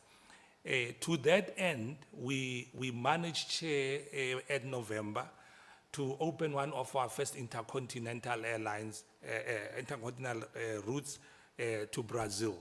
That was a major step, Chair, in that announced to the global aviation industry that South African Airways is back, and currently studies are underway for a second intercontinental route. We have also recently launched a route to Abidjan, and on the domestic market, where we have 2 routes, the pressure has been there, and we have considered according to our market studies, to start the Gqeberha route, which will be started seasonally during this coming peak season. All in all, currently we are flying 15 routes, and the aim is to proceed to where at the end of this financial year, March 2024, we will be flying a total of 20 destinations. Chair, South African Airways version 2 moving into version 3 is in a very unique, tight financial management mandate, in that since we are not dependent on any external financial sources, we are very careful as to which route we choose, where we fly, and unless a route is profitable on the desktop study, we do not initiate it. And I can assure the committee that the routes that are shown here are the routes on which very serious studies have been conducted, that they can be done and completed. We had planned to complete all of them by the end of this financial year. There will be a slide that will show the next the next financial year. That being on the roots, on the financial performance, so on the commercial performance of the business, Chairperson, the next issue about the tabling of the annual report.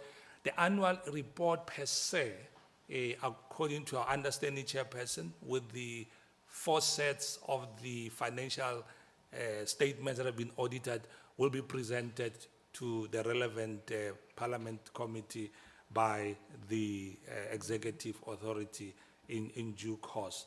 An AGM was held on the 10th of November, where all these financial statements have been presented and they are ready for that parliamentary process. The business rescue of Mango continues, Chairperson, and the board is on its toes with the management to ensure that this Mango business rescue process comes to a close as soon as possible for the benefit of all the stakeholders involved. Much has been said about the audit, Chairperson. If you permit, we just move to the next issue, the financial performance. Doing it at high level, if we were doing the actual annual financial reports, my colleague, the CFO, will be taking on here. But allow me to just say, Chairperson, that as I indicated, we are into a financial year. Things are going well, but are not going as fast as we had planned because of the constraints in the processes of securing the kind of aircraft that we need. Both passenger and cargo revenues are lower than budget because of that reason. However, the upside of the downside is that our costs are contained since we are not spending the money that we had planned to spend on aircraft leases, etc. Hence, year-to-date, EBITDA is also not a concern as such for now. The current cash position of the company is positive, Chair, and we are confident that by the end of this financial year, where the SAA will have adequate cash from its operations, including the balance of the proceeds from the closure of the BRP process. Chair, the business rescue process is technically concluded in the sense that the receivership that was put in place was planned to be serviced through 3 tranches of payments every August since 2021. The last tranche has been executed on August 2023. The 1 billion rand that was received from National Treasury in April of this year has been paid out to all the creditors that have been waiting for 3 years to get the balance of what they've been owned or according to the business rescue plan that was published then in 2021. What is still outstanding, which we are working on with the DPE and National Treasury, is the contingent legal liability on the unflown tickets, what you call the UTL, that dates from August 2019. When SAA was shut down for about 18 months, there were people all over the world, in various jurisdictions. Some of these jurisdictions have very harsh consumer protection laws that as SAA we are daily dealing with people claiming tickets that have not been refunded. So even though there is no active demand on these monies, but prudent business management enjoins us that we ensure that the quantum of those tickets, those tickets payments, those tickets claims anticipated have to be provided for. And that is the funds that normally features when there is talk about SAA being in communication with National Treasury, etc. And finally, Chairperson, not so finally, there was a question on employees. As the members will have seen from the slides, the South African Airways used to have 4,700 employees. We have currently 1,007 employees. At the end of the financial year, there were only 999 employees. We are committed, Chair, to keep the numbers around that lines, sadly, because as we know that one of our mandates in economic development should be job creation. Where we are in addition, Chair, or we hope that SAA grows. As SAA grows, we'll be able to employ more people. We are under a covenant agreement with the Competition Tribunal that South African Airways will keep its current employment to a particular level. And our hiring practices are currently governed by that, where we only employ critical skills, which is good for SAA, which is a good indication of the trust that the aviation community have had in SAA. We have been recently been able to recruit 37 additional pilots in a very competitive market where these pilots who are very precious skill set in South Africa is being poached by airlines all over the world who are growing more aggressively than us. But we've been able to have 37 of new pilots employed at SAA in the last few weeks, I can say. Finally, moving on, Chairperson, on the matter which strictly is managed in the hands of the shareholder, the DPE, which is the conclusion of the disposal process, where we as the management of SAA are supporting the processes that should ensure the speedy closure of this transaction, as we believe that the sooner it is concluded at good terms, the good it will be for South African Airways from our understanding of the airline as professionals in the global airline industry. Where we are currently is the issue of the aviation regulatory process, where the International Air Services Licensing Council and the Domestic Licensing Council are of the view that some amendment to the air services, air operators certificate of SAA will have to be applied for as the new controller take over SAA. Well, there's a whole process of work that is being prepared in that respect.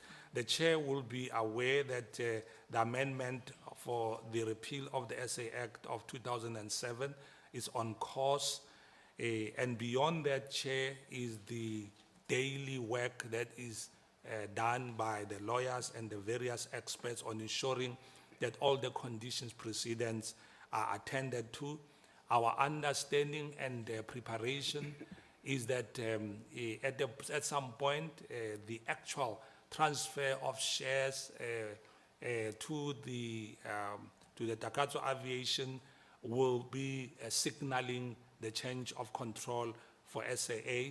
And until that moment, as the chairperson had indicated, the accounting authority with us as executive management delegated are running South African Airways with the best care and with the best care in terms of governance and lead and legislative prescriptions, but also the operational safety standards that are demanded of international airlines and our other corporate citizenship responsibilities as a company.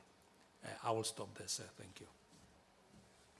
Okay, thank you very much to AG, SIU, and SAA. So we'll go to questions, but I think SAA and the department must provide clarity is on the key question of the very bold statement which was made by the minister when he said, no money, no deal. The money must be on the table. Because all these things we are saying insofar as the SEP are concerned are incumbent on that. Because I think that is the issue of clarity. So I think we need to know, is the money forthcoming? Because I think it would be wholly pointless to hang on to a deal whose reality is centered around finances. And if the finances are not there rather, then we need a new course of action. This matter has gone on for far too long. For me, all that has been said, and I want to thank AG for completing the audit. And as you now are underway with the latest audit, thank you very much. And I know that nobody usually thanks us, but I want to thank you, colleagues, for your relentless pressure on this matter and your focus on it to make sure that we keep this matter on the oversight and accountability radar.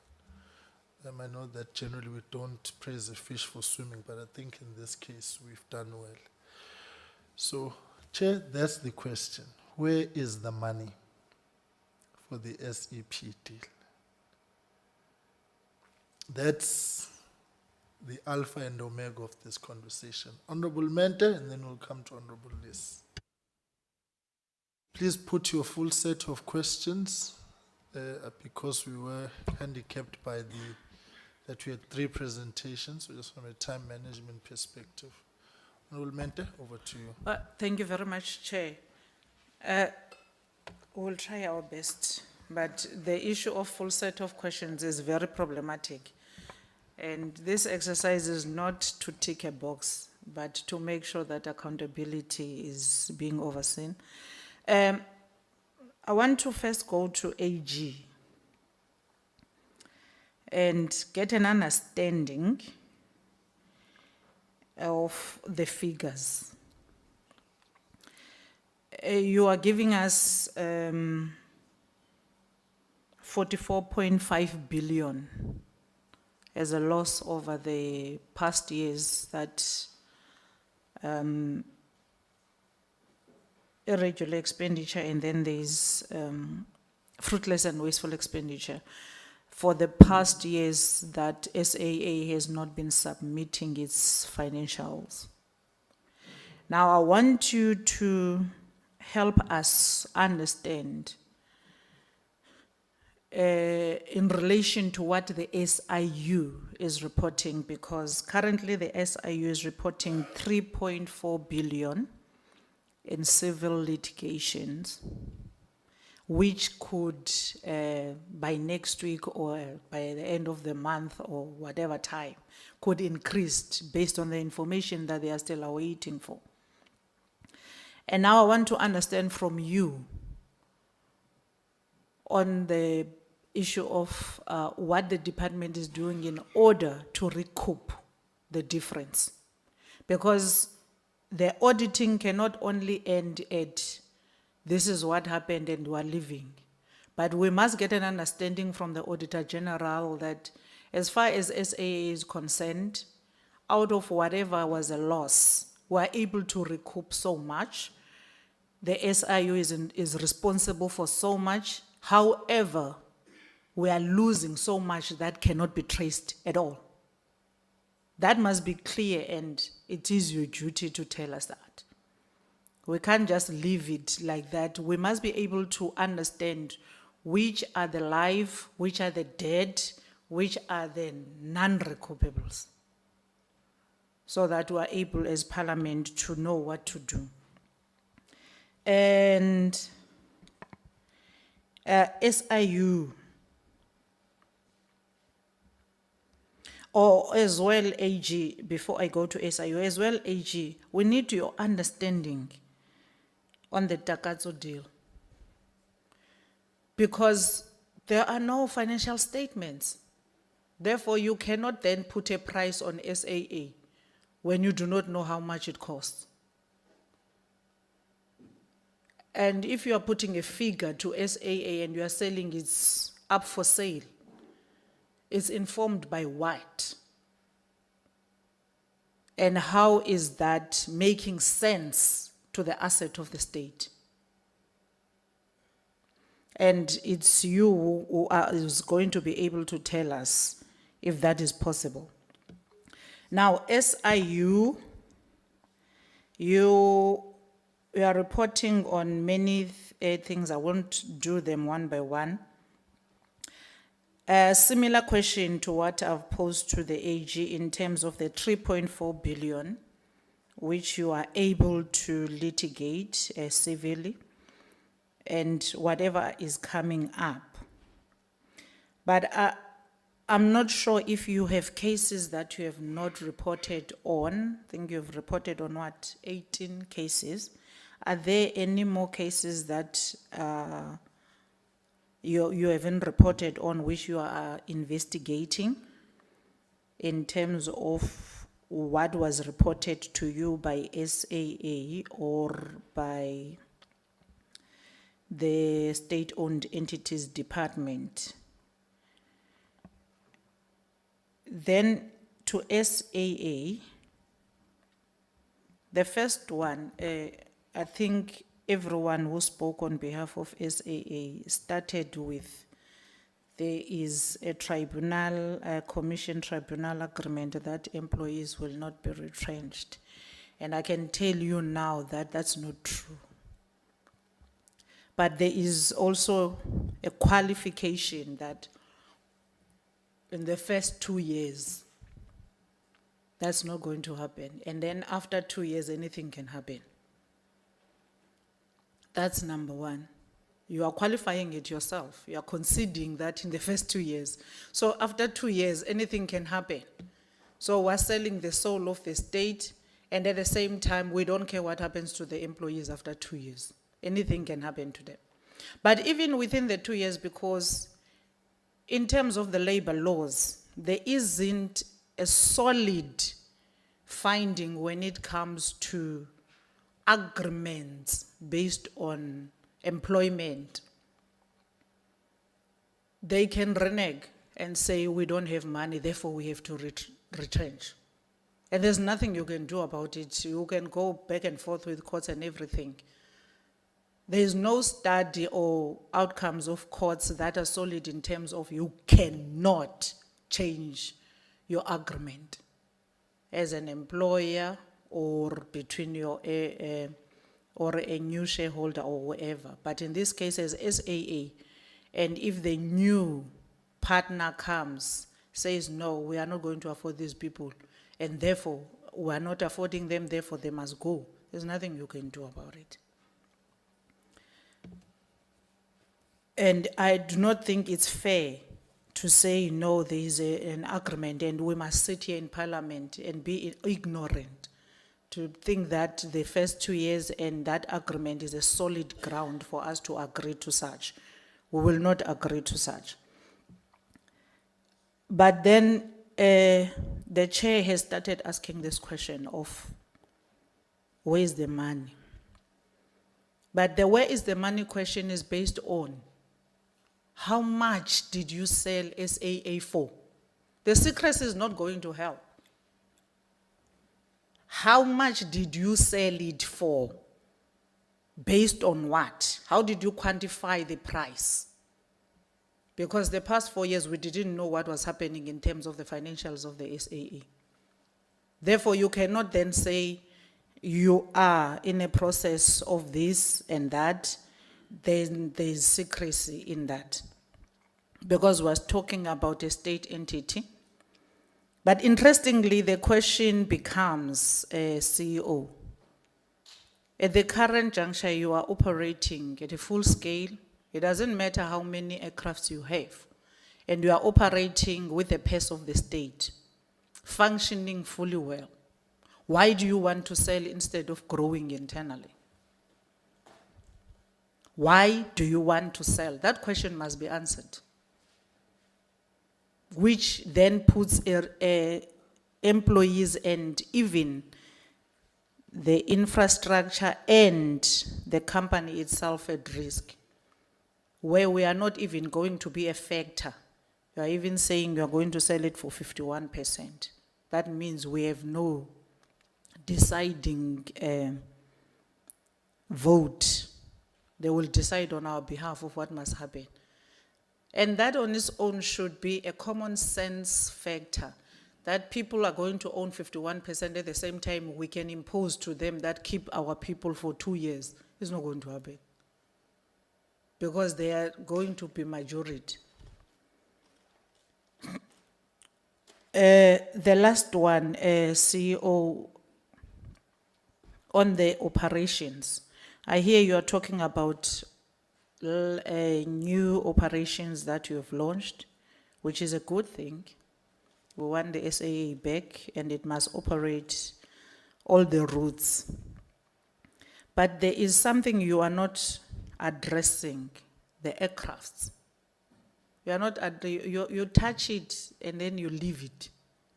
You are not explaining to us, you have so many aircrafts, you are listing so many aircrafts, because previously, which was mainly the factor that was contributing to a huge loss in the SAA was the issue of aircrafts that were being leased, maintained, and everything, even those corrupt deals of tenders of people of maintenance and everything, were as a result of those aircrafts. What's the status of the aircrafts in SAA? How many do you have? How many can you buy? How many are you leasing? What is the operational cost and all of those things in regard to that? Thank you, Chair. Thank you, Honorable Liz. Thank you, Mr. Chairman, and thank you to the for the presentations. Mr. Chairman, I must say I'm a little bit disappointed that the chair of the interim board, as opposed to the interim chair, is not here in the captain's uniform. That that someone in his and our dual past came to a meeting of Parliament wearing, and I once held up a memo in Parliament that he had drafted. It was a secret cabinet memo. The same man who arrived in a captain's uniform once. So, but perhaps it's the right thing that you're not in a captain's uniform and you're not, because you would probably frighten all us passengers away if we thought we might get you flying us somewhere. Mr. Chairman, just in jest, let's get to some serious questions. As someone across there might remember, I'm just a bookkeeper, and I'm now totally confused when it comes to the funding that was appropriated by Parliament for the business rescue process. The 2.5 billion that was required by the plan, business rescue plan, to deal with the receivership has not been appropriated. Not yet. Hasn't been appropriated, as far as I know. I'm just the bookkeeper, remember, correct me. So, but now we've been told that the receivership that needed 2.5 billion rand to resolve has been closed. That money's been paid, and I don't know where that money's come from. Because if SAA has been able to make that kind of profit, because the other assertion made this morning a number of times is there's cash in the bank. Cash flow is good. So this SAA, I don't understand how it can have cash in the bank, have dealt with 2.5 billion rands worth of receivership demands or requirements from the business rescue plan. I don't understand that, so I need an explanation, please. What are the profits of SAA since it restarted in June 2021? So we can do a little bit of arithmetic. Humor this little bookkeeper. I can add, I can subtract, I'm quite good at that. But at the moment, it's not balancing. The other possibility that might make it balance is that SAA is back in debt is not paying its current liabilities, it's borrowed money somehow, using government guarantees perhaps. That's the only way that you could perhaps balance this equation that I'm asking about. So I really do need some help there. And that then leads me, Mr. Chairman, to the annual financial statements. And the AG are having a little chat there. Now I'm going to ask you. I nearly called you the Honourable, but you are Honourable, even if you're not an MP anymore. Hanekom and I were on the Finance Committee for the 2016-17 annual report, which didn't come. And eventually the AG said, to hell with this. There's the financial statements. I'm not waiting any longer. You may recall that. Why you keep waiting? You've done these reports. Why haven't we got the annual financial statements? The AGM took place on the 10th of November, I think. It's now the 21st, 10 days later. Why have we not seen those annual financial statements? Because most of the questions around here revolve around these finances and trying to jiggle it. I know this is not an SAA board issue because the audit's been done. It's now a ministry issue as to why these haven't been tabled. And maybe the Deputy Minister will answer. But I'm saying to the AG, help us. Do what you did in 2016-17. I think I've got the year right. I might have got the year wrong. Just give them to us. You did it then. Maybe you got into trouble. I don't know. But we were very grateful to see the numbers and to be able to do the arithmetic and try and get this thing to balance. So that's about that. Then the elephant in the room that my colleagues are already talking about is the whole Takatso deal.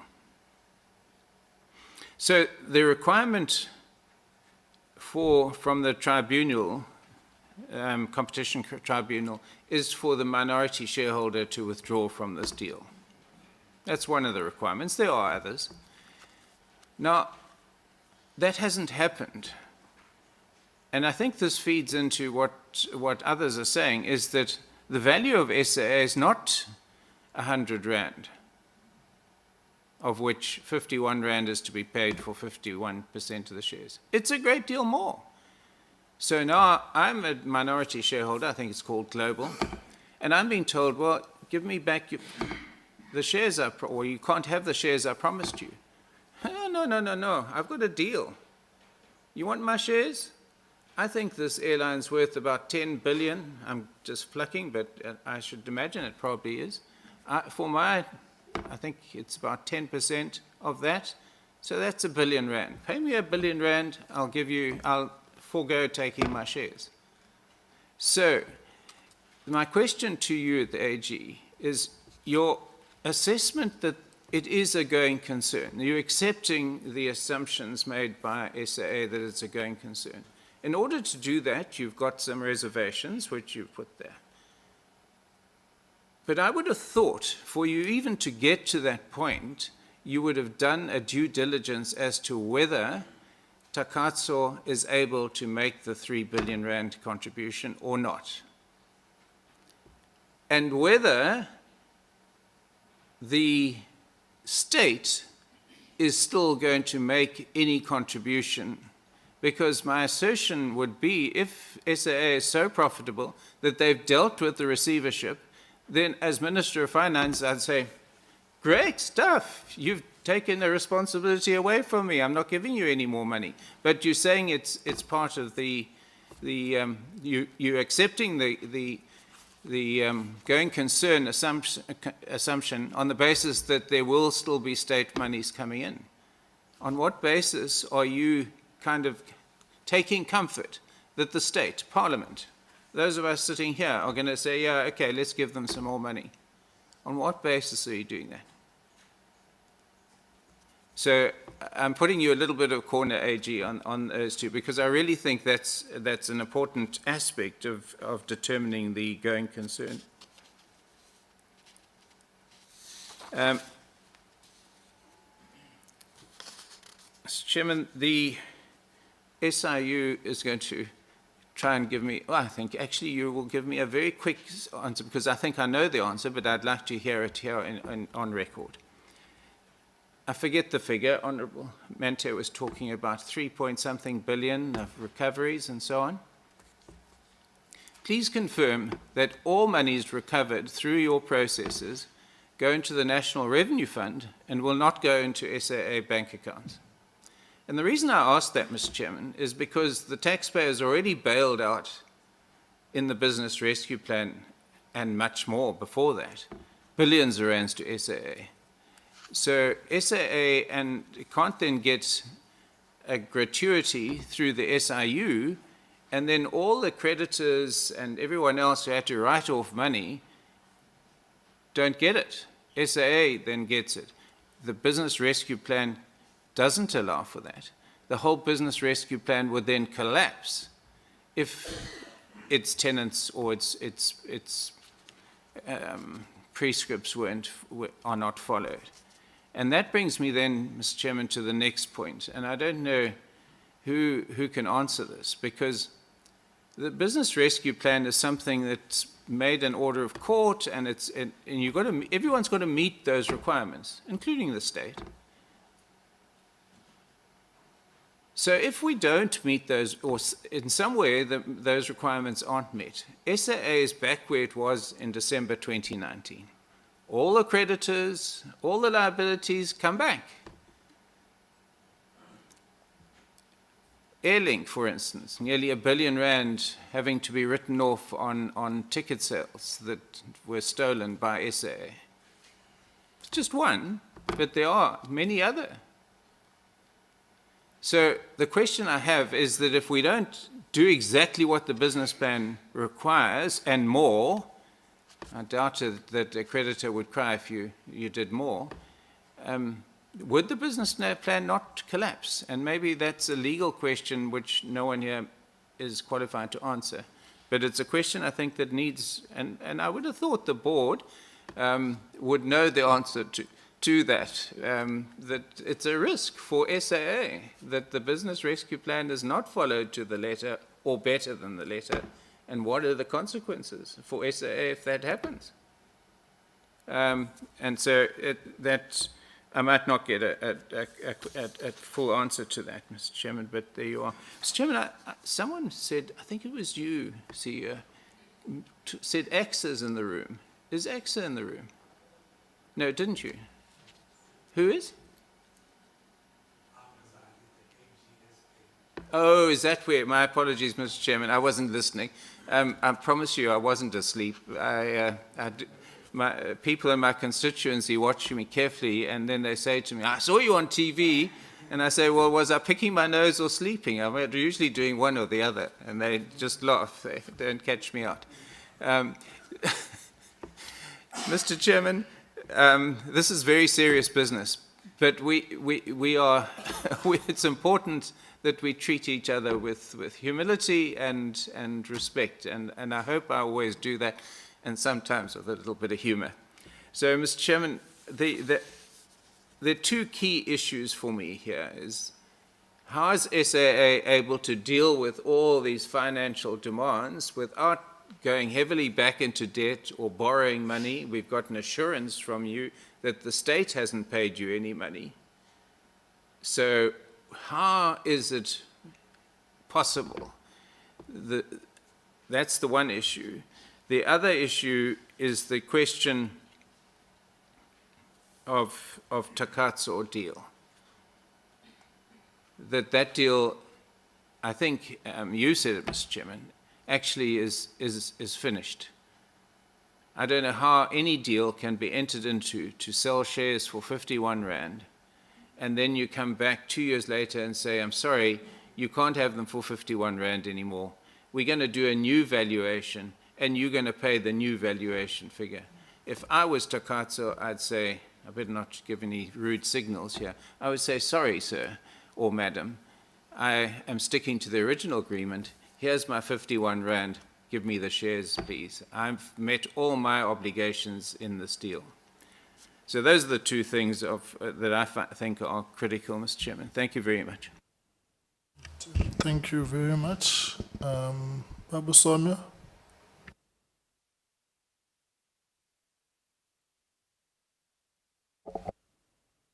Well, thank you very much, Honorable Chairperson, colleagues, the Deputy Minister and the Chairperson of the Board, AGSA, SIU. The reports, all of them, signal some kind of a trend, a trend which ends by sight of a potential new birth, and that new birth is based on how the past has been addressed, looking into the AGS report, which then has brought me into the outlook, starting from section 71 of the PFMA, section 51, 52, 53, 54, all with emphasis on the role of the accounting authority.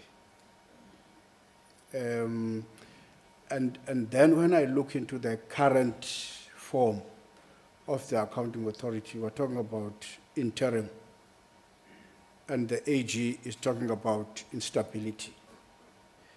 And that instability even goes deeper into the functionaries, the executive. And the language which is somewhat captured in those clauses is somewhat prejudges on the basis of emphasis that the authority's fiduciary responsibility must do A, B, C, D, must do this, must do that. Whether talking about corporate plan, in the corporate plan, moving to the budgets, and looking into what ought to be referred to the executive authority, the decisions which ought to be made. And if you look into that thread currently, on what you have inherited as the existing interim board, becomes a threat which ought to, somewhat as Parliament, to give us some kind of a signal. Whether in the current status are you able to withstand those demands, those specifications within those clauses of the PFMA. Whether the observation currently lies squarely through your own fiduciary responsibility on such areas as identified in terms of your own responsibility. I'm asking that question, Chair, with the outlook of a standard creation, getting into the new thing. I think the CEO make reflections of the SAA blah blah blah 2, blah blah blah 3, and all that stuff. So looking into the future, so the transition should be strong to the future. If this transition is weak to the future, it means the realization of that future is fragile. So the fragility through that newborn is somewhat seen now. Where are we going to? You see, and the outline of the chairperson earlier on talks about the fact that, yes, we can survive without any support from Treasury and all the stuff. But if you look into all those kinds of prescribed authority, it's not obsessions, but assertions, they say loudly, what are we supposed to see in this transition to guarantee a future which would want to realize on the strength of what that newborn is going to be. So take the doubt off from us to say, yes, it's where we are. Your appointment as the board has been sometime in May. And we're talking about the interim board, interim chairperson, interim, that's one of the fragility that we're building on, in a sense of laying the foundation without determining a firm governance. And the AG says the absence of that firm governance has proven into taking us, all of us, the state's investment in this entity to irregularities. So are we leading into the same future? So the executive authority should firmly deal with those matters which ought to a firm base to get into that future. More so when the strategic partnership outlook is not as yet realized. Why are you dealing with things in that kind of a form? Because the strength should be somewhat there on the corporate plan and the firm ground and good governance in terms of the structures there, and the outlook should be strengthened on the bonded outlook to see that future realized toward that angle. The second point is the point that relates to, I've seen the map which as well shows, I was a bit excited, but I had to say, okay, that excitement.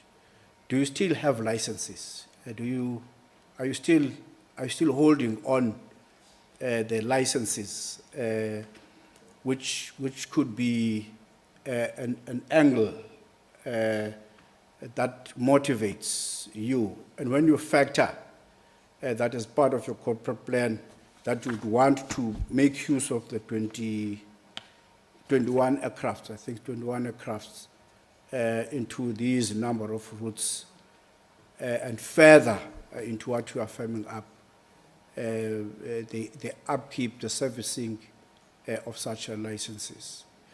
And the third angle is the angle which is, I think, Honorable Mende spoke about this thing which says on the employment side, which I would want to check from the CEO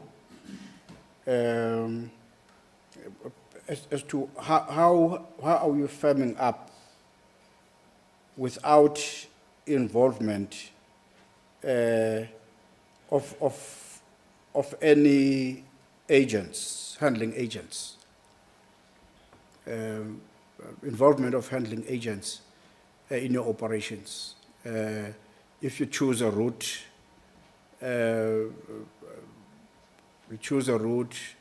and you bring in the capacity from existing capacity, and therefore you recruit from the employees who have been there, who are probably no longer there, rather than the choice of having handling agents. The Menzies or the Swiss, whatever. Are you in the route of filtration of such in terms of your actual fulfillment in getting into these other new routes, even domestically, or you would want to bring in what you had in terms of a capacity to hold the effectiveness of SAA. The last area probably to the AGSA, I thought that you see that start and recognition is firmly saying, here we're talking about a public entity, state-owned company, because there's not yet a fulfillment of certain things. I think you highlight a list of those things. That you have an agreement with the entity in number of those areas, except for one area which relate to the sourcing process, which should be improved to ensure that it follows a process that is aligned with the requirements of Section 217 of the Constitution. Why do you think that there's no agreement on this? Because constitutional supreme law factor, you see, which goes into it, and supported by what I'm referring to in terms of Section 51 or 52 of the PFMA. Why there's reluctance into, you see, adhering into this kind of a requirement in terms of your own assertion going forward on the things that you have listed up to be met by the entity. So far, so good. Unfortunately, Nomzan, you have inherited this. So give us guarantee that you are a good inheritor. And in that sense, you are marching towards that future with a firm guarantee that South Africans are going to benefit from this, and you build an environment free from what the AG is coming up with as a baggage, which you have, unfortunately, to leave behind and introduce us into the new area. I really appreciate the power of force to be determined to be going forward in terms of ensuring that we realize the existence of this ally, a former glory, you see, of our own country. But truly, good things ought to be observed and make our population, citizens, be happy of that kind of a guarantee. Thank you very much, Chair. Thank you very much. Here's the issue. Thanks. Right, because I think I must quote correctly what was said. Because when we raised the issue and the ability of the consortium to raise the 3 billion rands capital injection required, and about what would happen if the Takatso deal is Takatso rather is unable to raise it, the minister indicated, and I quote, "If that were to occur, there would be no deal. And the Department of Public Enterprises would have to explore other possibilities." So I think I just thought I'd frame it correctly so that we get that clarity. Because what members have raised is crucial. On what basis would a deal have been done and numbers attached to it when the audit was outstanding? Value, the whole thing. On what basis did we come to 3 billion rands being required for the deal? What informed that? Because the inverse of it may be, notwithstanding that SAA is operating on a limited scope right now and is re-establishing itself. And the last time you were here, Chair, you spoke about a nominal profit as the outlook, right? So if SAA is able to set itself on an expansion program beginning with this kind of limited operation and the expansions which the CEO has spoken to, so the incremental introduction of routes, which I think is more business study based than political intervention, as some of the previous interventions of SAA. For the life of me, I still do not know how we cancelled the Johannesburg India route for SAA. India route, the Johannesburg, Mumbai. When South Africa's got the highest population of Indians outside India. And it follows that there's just, I mean, I can tell you that without a business case, that there would have been heightened movement. I'm from KwaZulu-Natal. And I know for a fact of the constant movement of Indian communities in between South Africa and India. Now, earlier on, I made my persistent plea of a Durban-Cape Town route for SAA. And the CEO gave me probably the most impressive pushback I've heard in the longest of time, and he said, we will not take a political decision, we will take a business decision as a means of demonstrating a movement from that kind of decision making. That's important.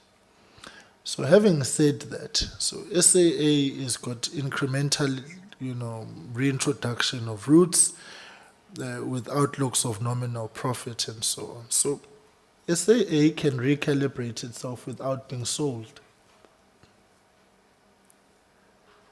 which calls into question then the legitimacy of the deal and its necessity at this point. Because even though one may hold an ideological view about public-private partnerships, it has to be reasonable and rational. You have to do the right thing the right way. Because on the 4th of December, on the eve of the introduction of the business rescue practitioners, members here had packed bags preparing to go to SAA the next morning. In fact, one member did not get the late night cancellation when we were informed that a business rescue process was starting, and woke up and got ready to be picked up. So in other words, the circumstances of the business rescue process and post fundamentally change and alter the discourse of the deal and the numbers and figures on the table, if what SAA is telling us. So the flip side of it is 3 billion rands, but is it rational and reasonable, and is it consistent with the type of SAA we have right now? To whose benefit is this deal? Is it for SAA or is it for other interests? So I think we have moved so past the circumstances where we were when there was some sort of outlook to say, sell. The secrecy of the details notwithstanding, right, sell. But right now we want to know, is the 3 billion rands forthcoming? And is the 3 billion rands a fair and competitive figure on the table? Or are we selling for the sake of selling? You've got the SIU here trying to recover monies for you, notwithstanding what Mazambane has said, but there they are. Will you be getting further cash injections? So there's so much layer to this deal. Anyway, those are the issues I just wanted to press. Mamzi Bula, were you raising your hand? Oh, sorry. Mamzi, over to you, and then we'll get responses.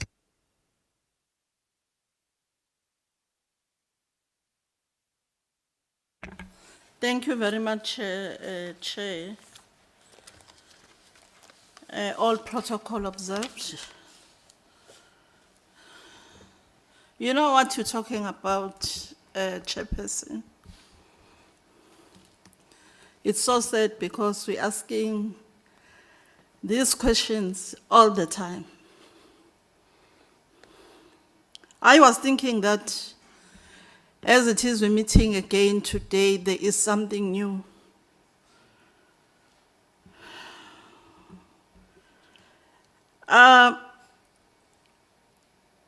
Umember Usomyo asked the question that do we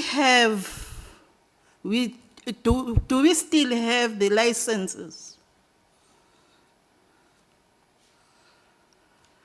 You know, when things are like this, so much of money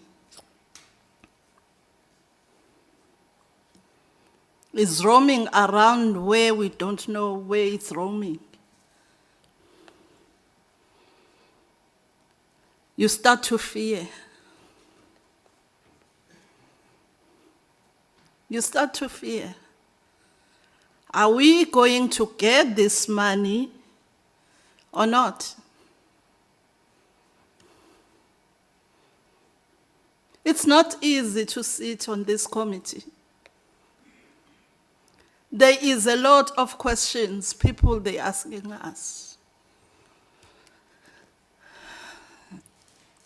Also, they need us to answer them.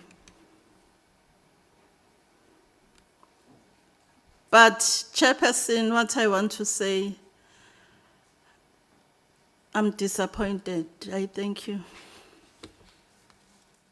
Thank you very much, Mamzi. All right, Chair, we will start to you with SAA first, SIU, because I think AG uses more technical responses. All right, over to SAA. Babu Mtibi, stand by.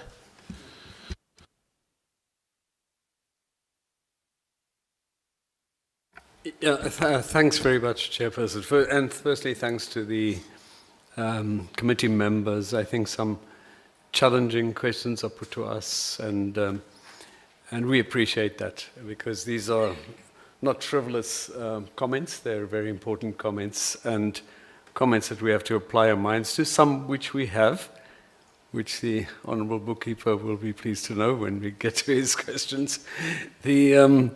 But just first, before I get to the comments and questions from committee members, I think in the SI, because it's relevant to the questions, the SIU, or Auditor General rather, while appreciating their comments and the work that they're doing, absolutely, and respecting it, I think it could have been updated a little bit. So where it says SAA does not have adequate record-keeping systems, I don't think that's correct.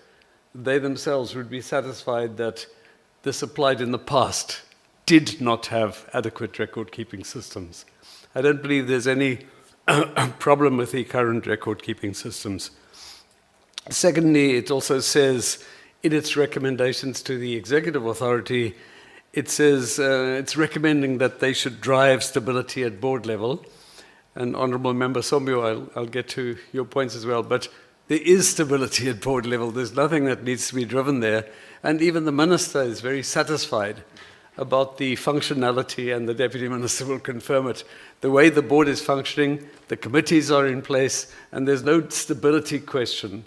And then all of the governance structures, Honourable Chairperson, are in place, including for the subsidiaries, which has never been the case, or hasn't been the case for many, many years.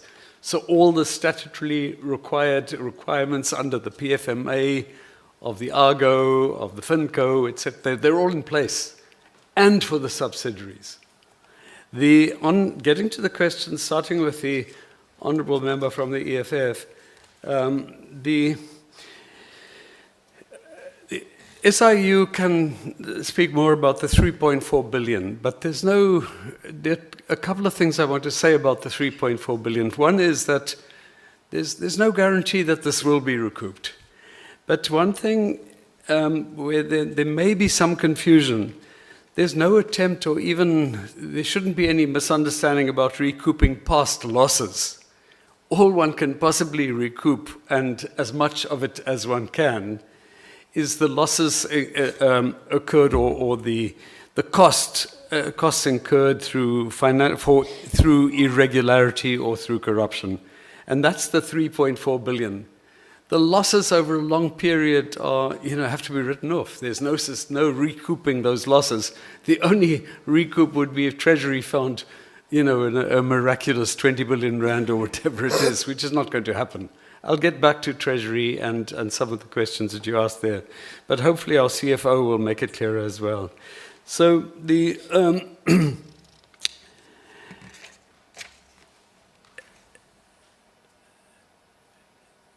the question about retrenchments, Honourable Member, the tribunal decision is legally binding. So yes, you are right that it's not binding forever. But even as we speak, there's no reduction of workforce, there's expansion of workforce. Every new route that is put in place means additional cabin crew, additional pilots, additional staff members. So at the moment, from having been a substantially reduced workforce, it's a growing workforce, it's a growing number of employees. And all things going well, with the arrangement with the SEP and with the capital injection, it would allow for more growth, not less growth.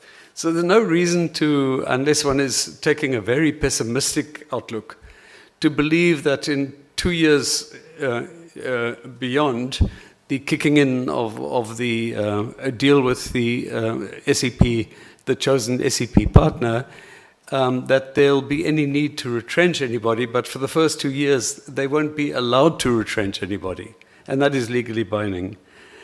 Well,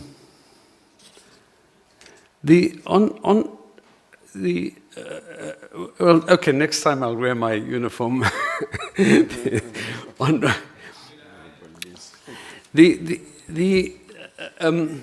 I would suggest that the Honourable Lees, who's a good bookkeeper, not just a bookkeeper, a very good bookkeeper. We've got our own very good bookkeeper who's the CFO. That, you know, insofar as she's able to answer some of these questions, and I hope, Chairperson, she's given the opportunity, the CFO, to, because it's not that difficult. You can delegate to executives as you deem fit in the responses. So you can delegate if you... So you can delegate to any of your executives as you deem fit. Thank you for giving me that power. Thank you. The SAA is not back in debt. So I think your question about not seeing the financial statements, I can say, and I've said before, I mean, obviously the audit of the year ending end of 31st of March 2023, they've not yet completed the audit. As for the other 4 audits, they've done them. And so I think it's between you and the AG, unless there's something that I don't know about legalities and whether they are able to, but they can explain that themselves. But for the moment, those reports are done.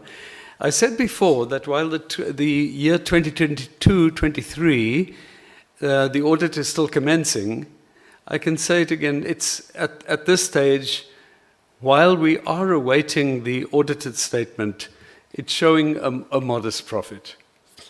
So no loss in that financial year. We all, in preparing the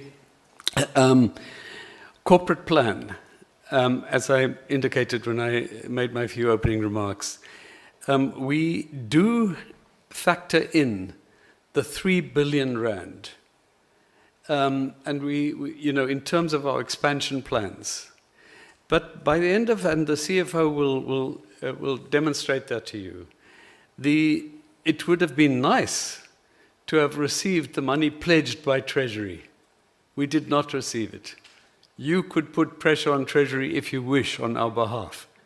But we did not receive it. It was not mentioned in the MTEF and so medium-term budget policy statement. And we are now assuming that we will not get anything from Treasury, and we will be cash positive by the end of this financial year, and the cash flow projections indicate that without any of this. Yes, we have managed to cover the receiverships, and that is a positive sign about a turned around SAA already, that it was able to do so without any injection or without any support from Treasury. We were able to do so. We'd have been able to do some of the other things we would like to do if that money from Treasury were available to cover this, but it wasn't. And it isn't.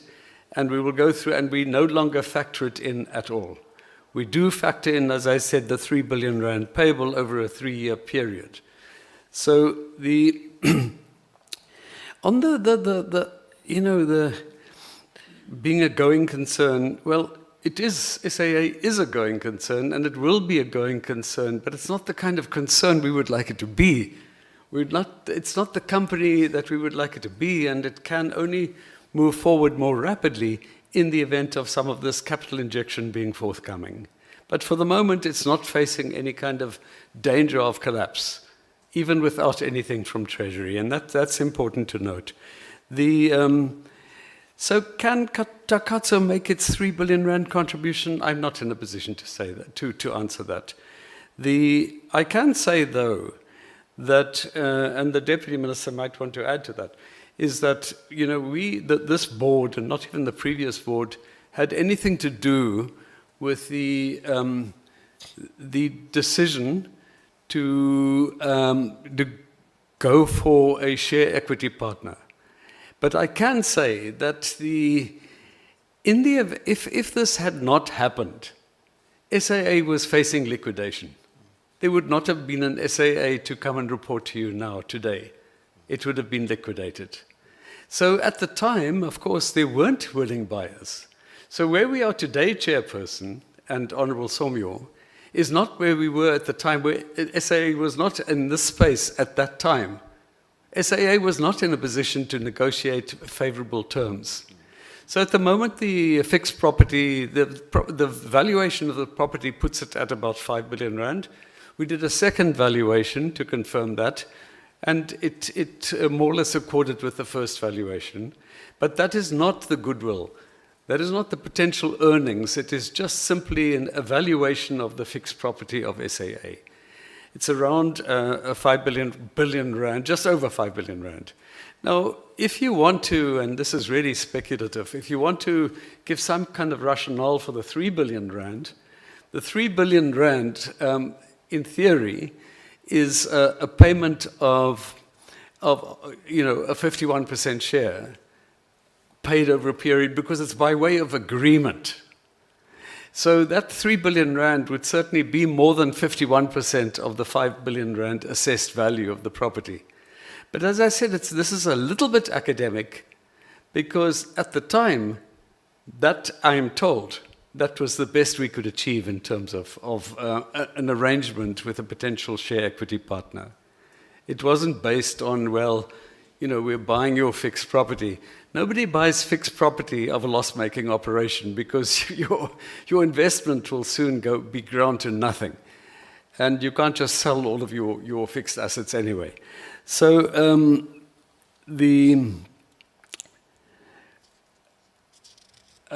we're also not factoring in the budget for next year and beyond. We're not factoring in any of the potential recovery. So, when you say you're worried that it should go to the revenue fund, well, that's the procedure.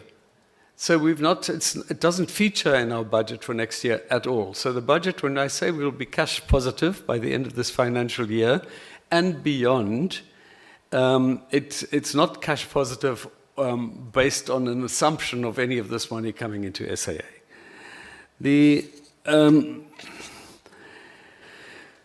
I think, Honourable Somyo, you raise very important questions, and to some extent I've attended to it because you're right. We inherited a situation. Are we doing justice to the task that we've been given as a board, as the accounting authority? Are we complying with all of the requirements of the PFMA? The answer is yes. And I don't think that could have been a positive answer some time ago, but now it really is.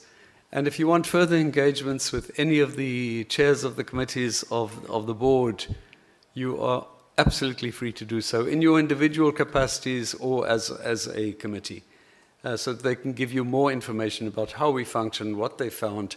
We've got a very, very hard-working ARC, Audit and Risk Committee, And as I said, they serve as the risk committee, the audit and risk committee for SAA as a holding company or SAA as a company and the subsidiaries.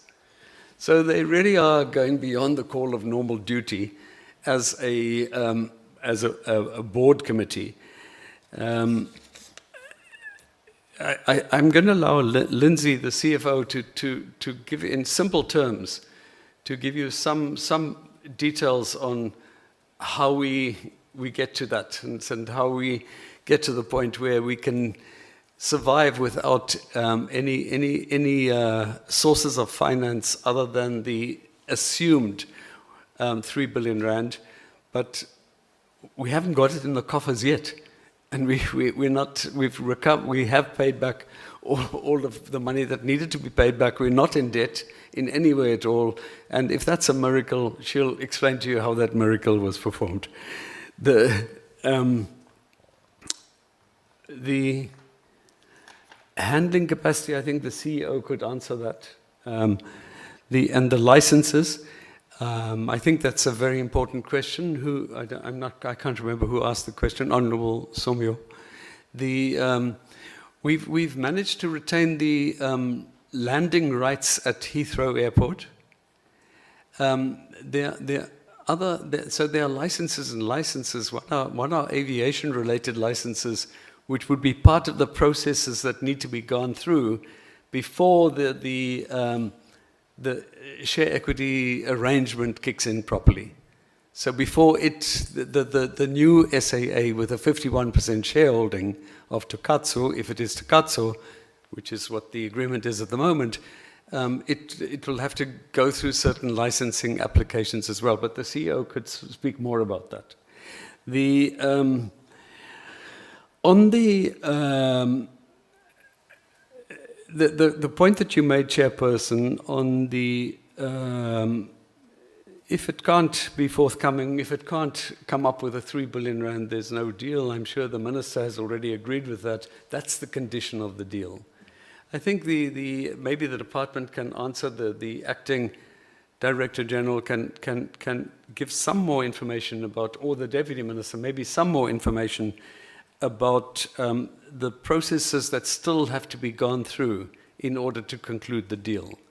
But they're not, and you know that it includes the repeal of the SAA Act, but there's, and then in answer to your question about the minority, Global Aviation, Global Aviation has not demanded any payment. They have said that, because that is a condition of the deal, is that they should divest. They should move away from it.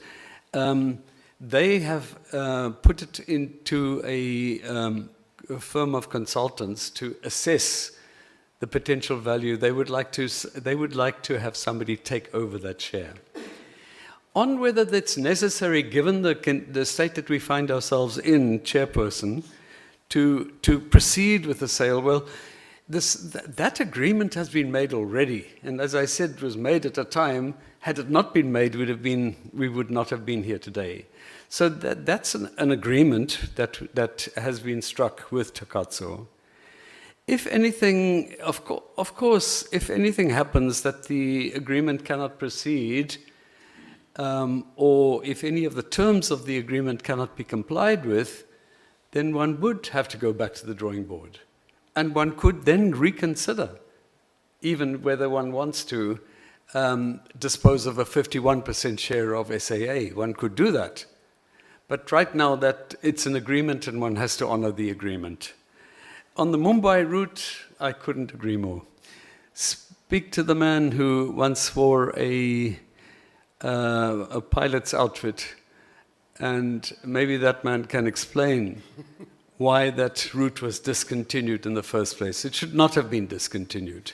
So the cost of the, what happened during state capture, during that bad period, which actually precedes the state capture period, it's a whole lot of corrupt activities, but some of the costs are not even listed.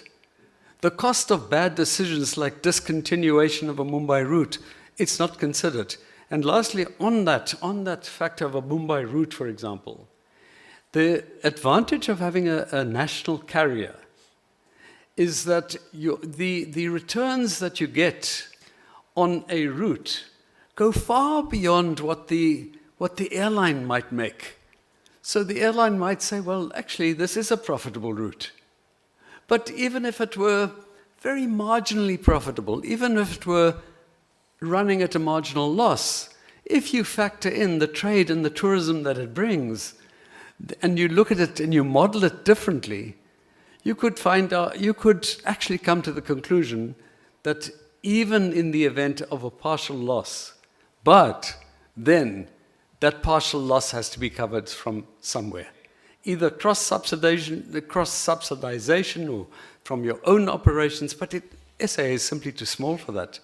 So any route that we choose now will have to go through thorough due diligence because we cannot afford to take on loss-making routes. I would totally agree with you, Chairperson, that the potential of reintroduction of the Mumbai route has to be seriously considered, and it does have the possibility of a direct Mumbai-Durban flight, which I don't believe any of the other intercontinental flights offer. And we will invite you to be on that first inaugural flight. Sorry?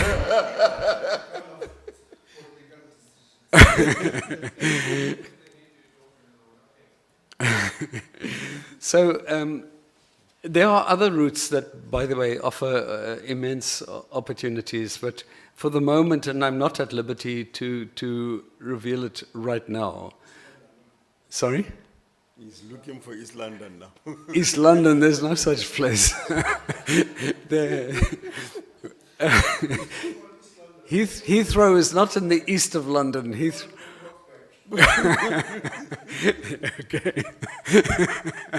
He went to Hogsback. Sorry. Don't mind the bookkeeper. I shouldn't be distracted by Alf. I mean, Honourable Lees. Okay. If I may, Chairperson, then if I could ask the CFO just to, and then the CEO, if the CFO can just give you some clarity on how we come to the conclusion that we are, from a cash flow point of view, we're scraping it, but we're not in danger, and why we are not in debt, notwithstanding the fact that we didn't get the money that was pledged by Treasury. Lindsay? Everyone is acting. Even you're acting. You've only got 5 months left. Okay, let's go to the acting. The acting Let's also CFO. be mindful of time. Thank you, Chair. All protocols observed. Yeah, just to answer the question on the money. Correct, there was a 2.5 billion rand expectation, if I can put it that way, of which 1 billion we received on the 3rd of April, which was in the recent budget. So, which does not leave a 2.5 billion hole. It's a smaller number. However, in past years, the SAA has recognized that the fiscus has been constrained. There were previous payments that were required to be made. Remember, we're doing 3 years of August payments for the receivership creditors. SAA recognized the need that we needed, if the government did not give us funds, we still had to make that payment. Without making those payments, we would then revert back into business rescue and then automatically into liquidation, ultimately into liquidation. So SAA was very cognizant of the fact that those amounts needed to be paid. SAA did look at what it could do to source funds. We are not in debt. We do not even have an overdraft with any of the banking organizations within that we have accounts with. But what we did have, if you look back, all airlines, in fact, operate through various ways of receiving their money. So their credit card comes via credit cards, it comes via the IATA clearing system. And all of these providers, over time, have required guarantees and or cash in order to reduce their exposure should something happen to an airline. So there were cash that had been put with IATA, and also that the credit card acquirers, particularly internationally, had built up against a situation where refunds were unable to be paid. In the business rescue process, we did receive some funding to process refunds. As SAA processed their refunds, obviously the exposure to these other organizations reduced because they did not have these open tickets, essentially, that somebody could claim against. So we engaged with these entities over the last 18 months. And as our exposure, or their exposure to us reduced, they were willing over time to refund small incremental amounts to us. Those amounts, coming back in dollars generally, enabled us to have sufficient additional cash where we could actually support these payments that were made. Thank you. I would suggest that you have coffee with Lindsay, that you can go into more detail and show you the figures, so they become clearer to you, because you only understand numbers when you see the numbers, not when not the narrative. You understand? Numbers, it's just numbers and not a date. CEO. Thank you, Chair. I'll just address two questions in the interest of time. My chairman has done an impressive work in responding to the questions. The two questions, the why do you still want to sell, and the Mumbai route issue. And of course, Chair, I'll also address the air traffic licenses just to add to the chairpersons. But before I get to that, Chair, as the CEO, part of my job is to protect and promote the reputation of South African Airways, which has a lot of brand value. The Honorable Lees made reference to the billion stolen from Airlink by SAA. I just wish to respectfully correct that that matter was through a very arduous judicial process, 2 court cases, one recently dismissed where Airlink was claiming that some 800 million rand should have been refunded to them by the business rescue practitioners. And 2 courts looked at the matter, and in the last few weeks, the matter was decided in favor of, strangely, business rescue practitioners and not by SAA as such, because SAA was not a direct litigant. And then Airlink, I think, collected some amount of money, like all the other creditors, which was quantum discounted from the rent, as it happens during such quasi-liquidation processes. South African Airways views itself in this industry as a national carrier that, amongst other things, has a responsibility for promoting and strengthening the local aviation industry. We view our peers as competitors and not necessarily as competitors to a degree. So we really will wish to support them where we can, and we will not act in uncompetitive or dishonest way of weakening them. Second question, why do you still want to sell when SAA is doing what apparently as well as it does? The very educated view of the very professional people at SAA, and I don't include myself among them, have come to a determination that the way the global aviation industry and airline industry is structured, South African Airways, even in its positive performance, as the chairperson said, will be revealed as when this the last financial year's financials are published. Even in that state, South African Airways cannot remain and be an asset to the people of South Africa in its current form.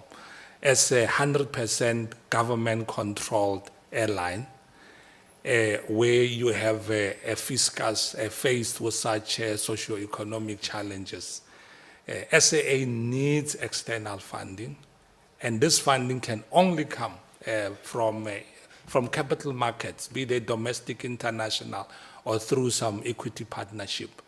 So whether it is Takatsu Aviation or Takatsu Aviation Plus or someone else, but the structural future model of South African Airways is that SAA needs a strategic equity partner.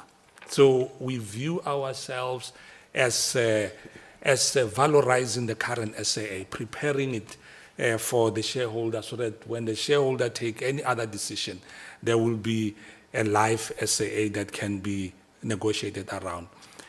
The air traffic license routes do not belong to any airline. They are the properties of the state. They are the species of the bilateral agreements that government, the state enters through the Department of Transport with other countries. South African Airways, as a mega airline that it used to be, had a number of route rights from Kazakhstan to Afghanistan to Hong Kong, including to Lubumbashi and so on. And the law, there are two acts of parliament that govern the administration of these licenses. Then these laws say, if you are not using your allocated traffic rights in 6 months, you lose that traffic light, or you have to continually reapply for their retention. So from business rescue, when SAA was unoperative for 18 months, SAA had the danger of losing all those licenses.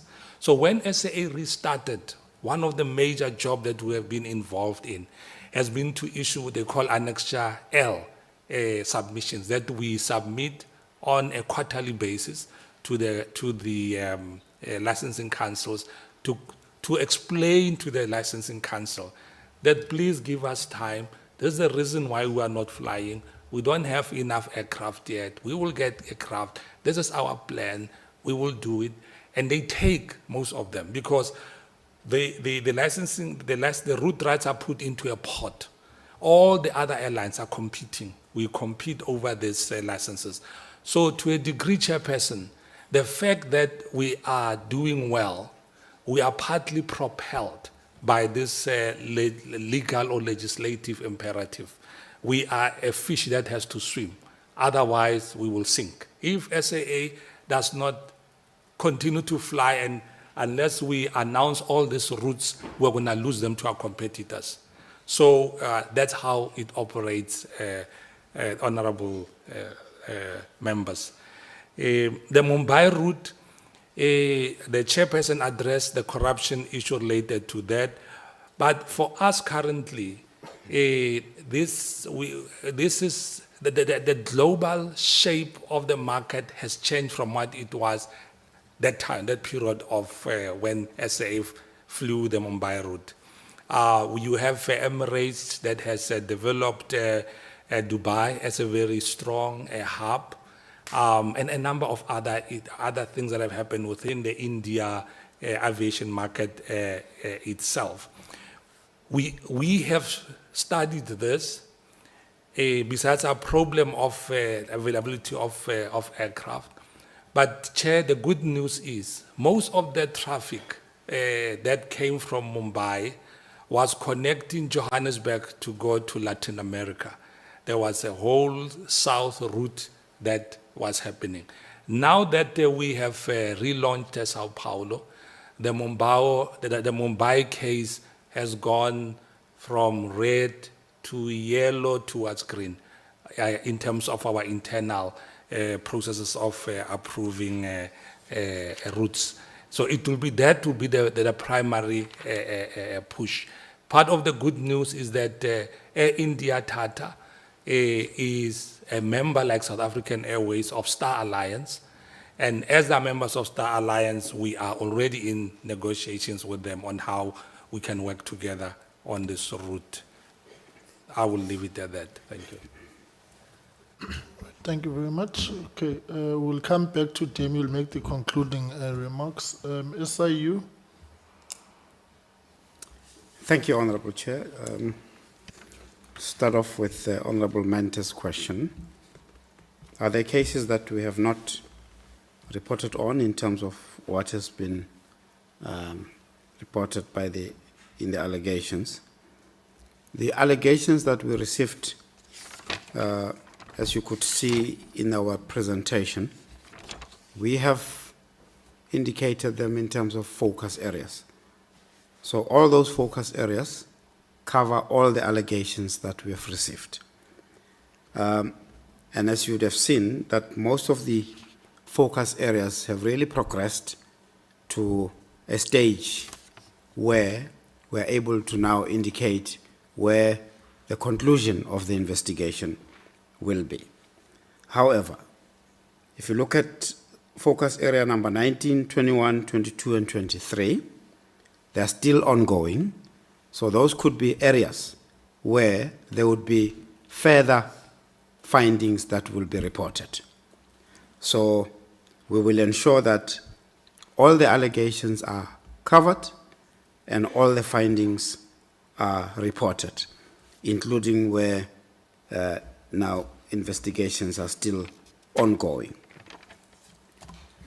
With regard to the recovery of monies lost by SAA, Honorable Lees, does money recovered to SAA revert to fiscus or to SAA?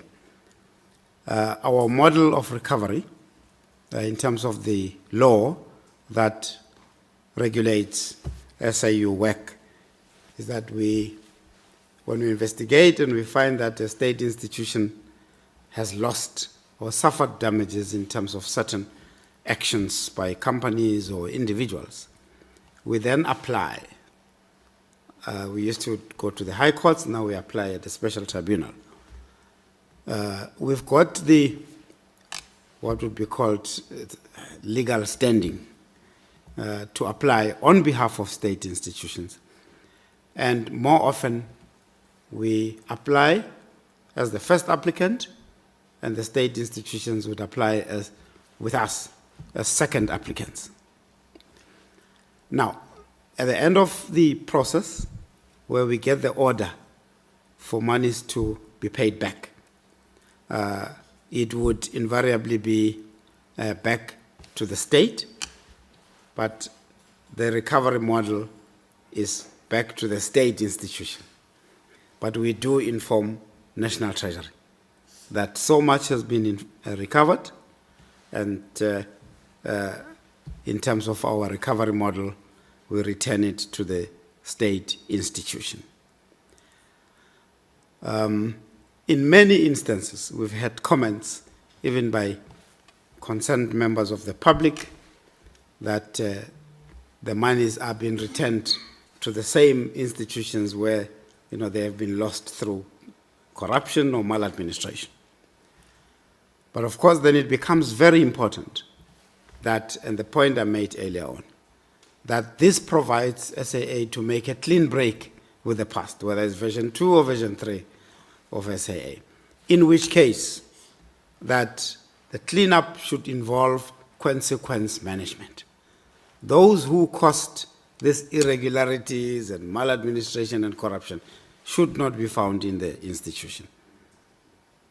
In which case, it would give this honorable committee and the public some assurance that the monies will be put to intended purpose.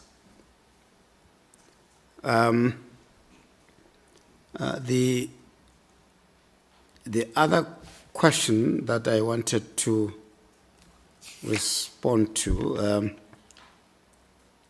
was really around the 3.5, slide 28, 3.4 billion.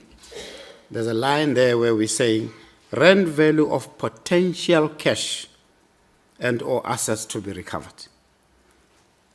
And the word potential derives from the fact that we've investigated these matters. This contracts to the contract value of 3.4 billion. Those are the contracts that we will go and challenge to be cancelled in the special tribunal. so that we recover the monies lost by SAA. Sorry. The chair of the board makes a legal principle in a correct way, that when we go and recover, if it's a contract value that we investigated, the contract value is give or take 1 billion. And we find that it was awarded irregularly, then there's a recovery process that the court will order. And there's a whole lot of principles that the court takes into account. What has the company delivered, what the SAA has suffered and all of that. There's a legal formula. Correct, we may not recover the whole 1 billion based on those principles. And that process is called due and appropriate order that the court makes. They really apply a very strict legal principle, but will end up with recoveries that are based on the legal principle. I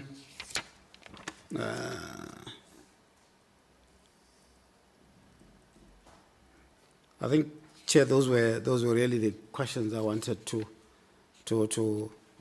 respond to that were raised towards SIU.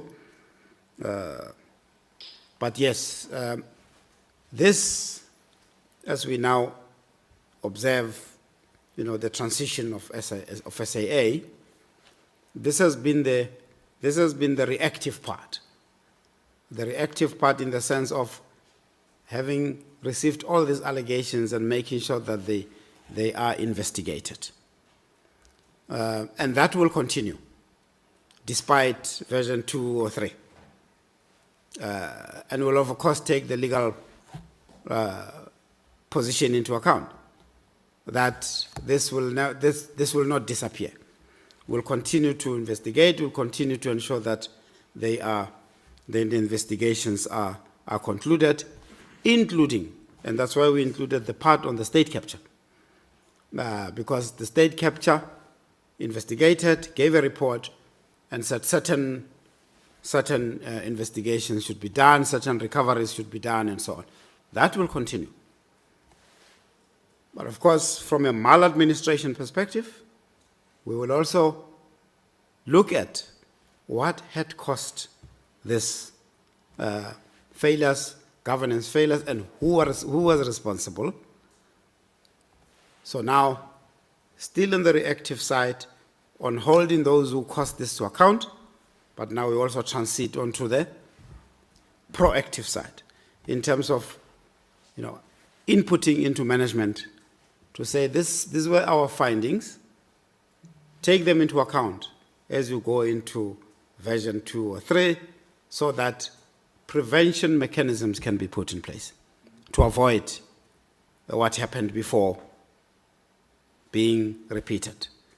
So, Chair, that's Honourable Chair and Honourable Members, that's really the call that we will answer going forward.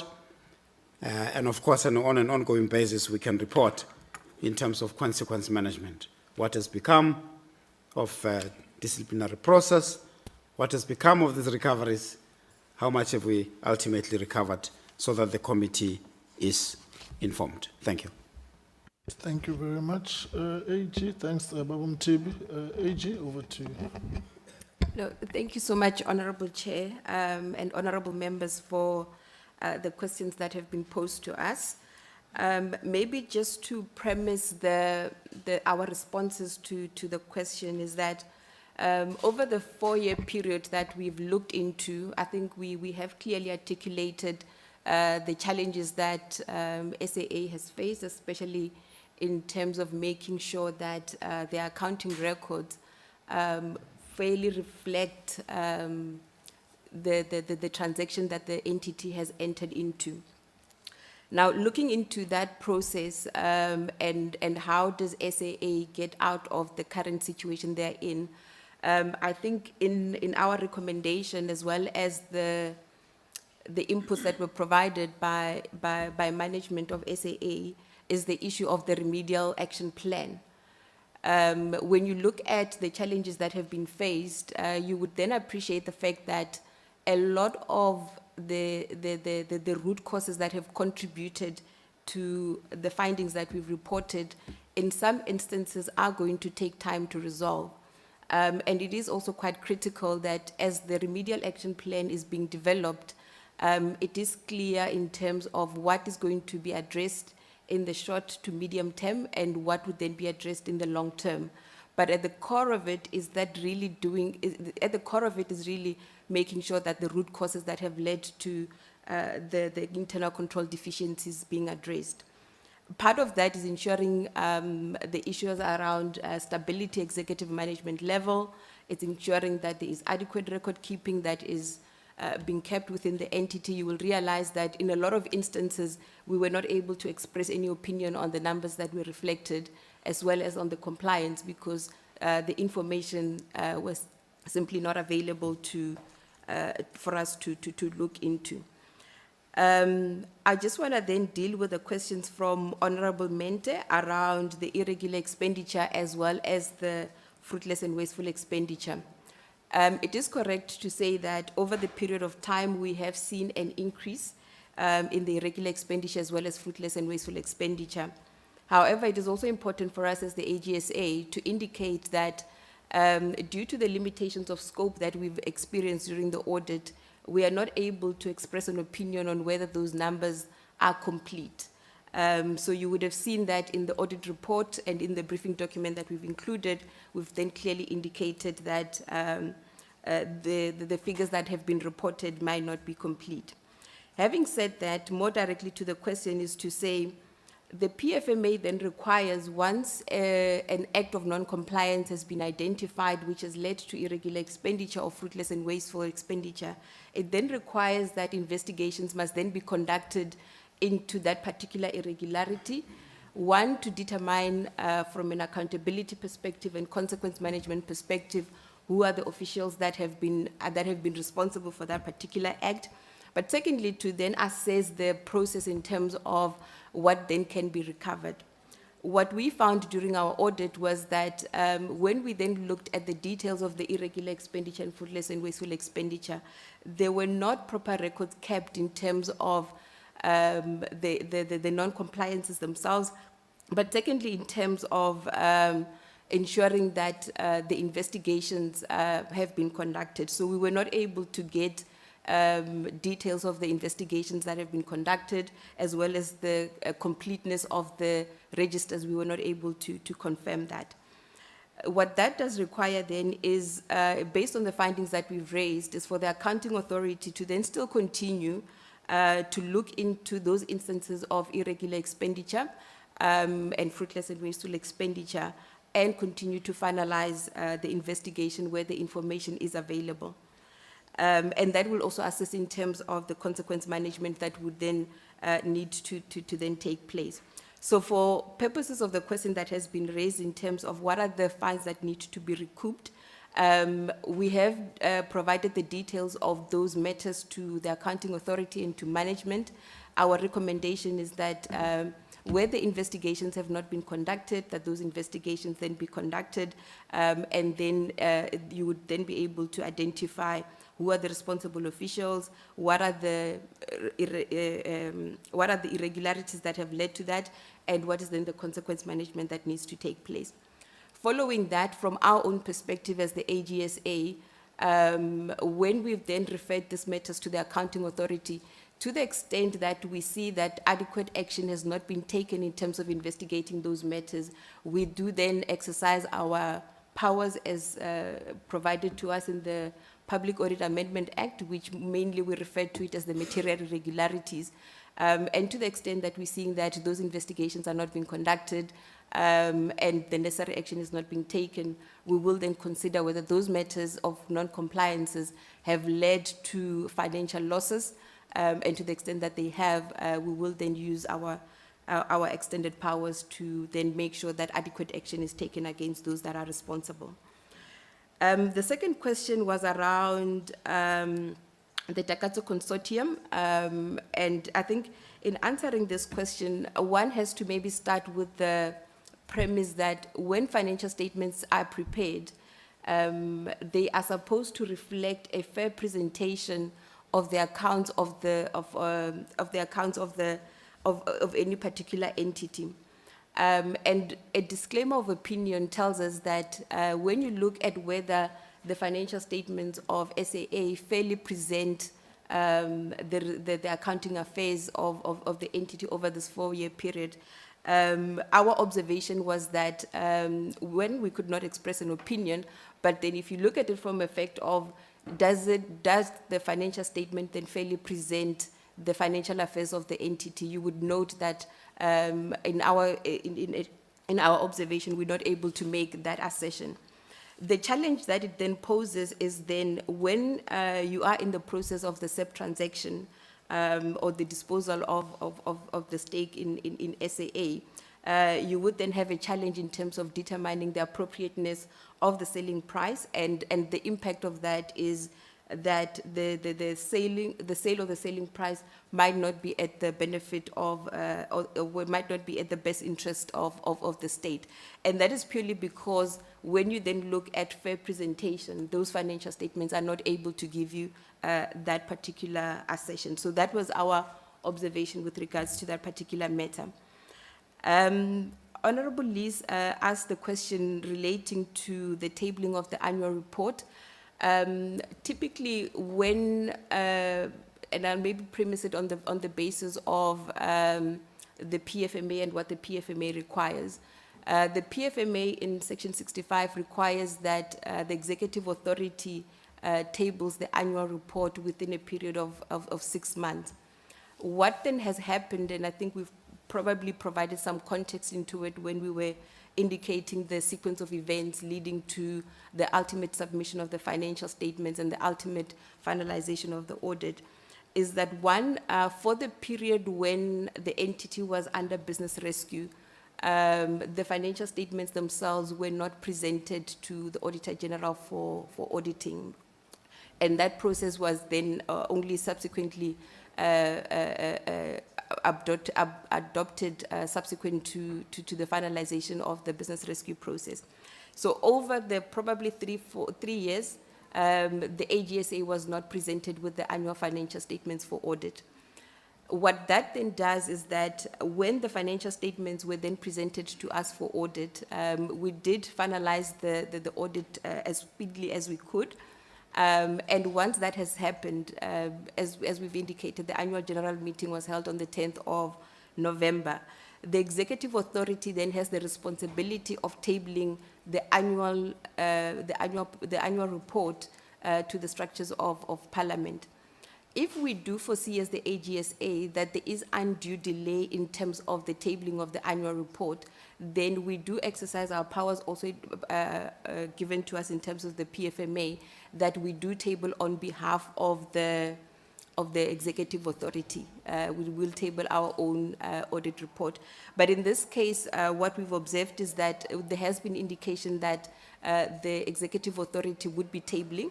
But if we do notice that there is a delay, then we certainly exercise our powers in terms of tabling that particular audit report over the 4-year period. And then maybe to deal with the questions around the going concern assumption. What we've indicated is that when you look at the going concern assumption that has been included in the financial statements, there is some material uncertainties that have been indicated in the notes to the financial statements. And the fact that the Takatso Consortium has a dependency in terms of the timing of when that particular transaction is going to be concluded, the financing element of the transaction, those has been also highlighted as areas where we believe that there is a material uncertainty. And to that extent, management have then disclosed that in the financial statements. Equally, in our own audit report, we have then highlighted that there is that material uncertainty that exists as it relates to the going concern assumption. So for the users of the financial statements, when you do read the fact that these financial statements have been prepared on a going concern assumption. One of the critical factors is to then realize those material uncertainties that have then been listed as being impacting that going concern assumption. So if, for instance, the monies that are required to finalize the business rescues plan are not forthcoming, then you then realize that that would then have a direct impact on the going concern assumption. So to that extent, we've then highlighted to the users of the financial statement to say, when you read the set of financial statements, please be aware of this material uncertainties that exist that would impact the going concern assumption. And maybe the last question, and I'll also provide an opportunity to my colleagues if there's maybe something that they would want to add, was that when we looked at the Takatso Consortium, we looked at it under the premise of the audit of the Department of Public Enterprises. And in particular, we looked at whether there were frameworks that are available within government when a SEP transaction is conducted.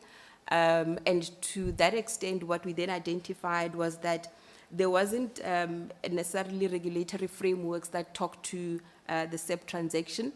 And to that extent, one of the recommendations that we did make to the Department of Public Enterprises was the need for a clear regulatory framework that would then govern the SEP transactions. And to that extent, when we then engage the department as well in terms of that, and I'm now addressing Honorable Somio's question around why there is a disagreement between ourselves and the department as it relates to following the principles of Section 217. Our observation was that in the absence of a regulatory framework that governs the SEP transactions, one would then look at Section 217 of the Constitution, which then talks to the fact that transactions that are entered into must be processed in a transparent, fair, and it must be most advantageous to the state. And our principle was really that in the absence of this framework, the department then could fall onto those aspects of the constitutions then to conduct and review the SEP transactions. I hope I've addressed all the questions, Honorable Chair. In the event that there's an omission, we will send it in writing. No, thank you, Honorable Chair. I just wanted to check if there is any further inputs from my colleagues. I think we've covered everything. All right. I think in closing, Honorable Chair, is to say that indeed what we found at SAA was really concerning to us as the Auditor General. However, we do believe that with appropriate governance structures, with stability at executive management, and also even to the question around our recommendation over the stability or driving stability at a board level, is that we did note that over a period of time there has been interim boards that have been appointed by the minister, and really what we are pleading for is that even with the current interim board, we need to see its longevity in terms of creating that stability. The internal audit is a critical function within. Okay, AG. Okay. All right. All right. Thanks, Chair. All right. Thank you very much. Fortunately, the House is sitting at 2 and it's got a long list of things, and we have been asked to stick by the presiding officers to the time allocated for committees, and we have exceeded that time now. So we call for compliance. We must be compliant as well. DM, may I give you an opportunity to make concluding remarks, and then we will call it a day. So if there's anything else that is a submission, I know AG still had some things to say, you can just send it through rather in writing for the consolidating of today's meeting and its report.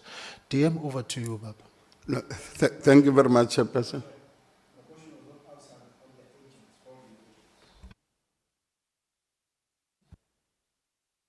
It's outsourced, Chairperson. No, thank you very much. Honorable Proceed. Somyo. No, thank you very much, Chairperson. I will really be brief so that I could allow the acting DG just to answer on the issue of question raised by Honorable Mende, whether the sale of SAA, was it fair in the public interest? And I think he emphasized on that. And Honorable Liz also went into it also on the Dakazo deal, and so that they can then give an assurance, transparency on what really happened. But starting from where the airline was at the time, the creditors were going to court. They were going to apply for the liquidation of the SAA at the time. And then the shareholder, the Minister Executive Authority, had to put it under business rescue to save it from going the liquidation route at the time. Was it the best decision? Yes, because now today we speak of an airline that is on the skies, because otherwise it could have gone the route of South African Air Express, which is now completely gone, done. We can no longer do anything about it. So this one we're able to, and we're trying to do the same with Mango to rescue it from going liquidation. And obviously at the time when the issue was then in business rescue, you had to look for strategic partners. A bid was opened, and I think they will then give the details. How much was the price, and based on what?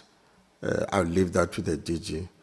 Chair, let me also affirm that the current board that has been appointed is really doing and stable and doing its job, and the management is focused, and we're quite happy with the version 2, the way it's going towards version 3, if the version 3 will emerge. But using version 2 as the basic element of an airline that will be emerging strongly and so forth. So this board is definitely stable, but I know that you wanted to know stability in terms of the term of office of the board being interim, the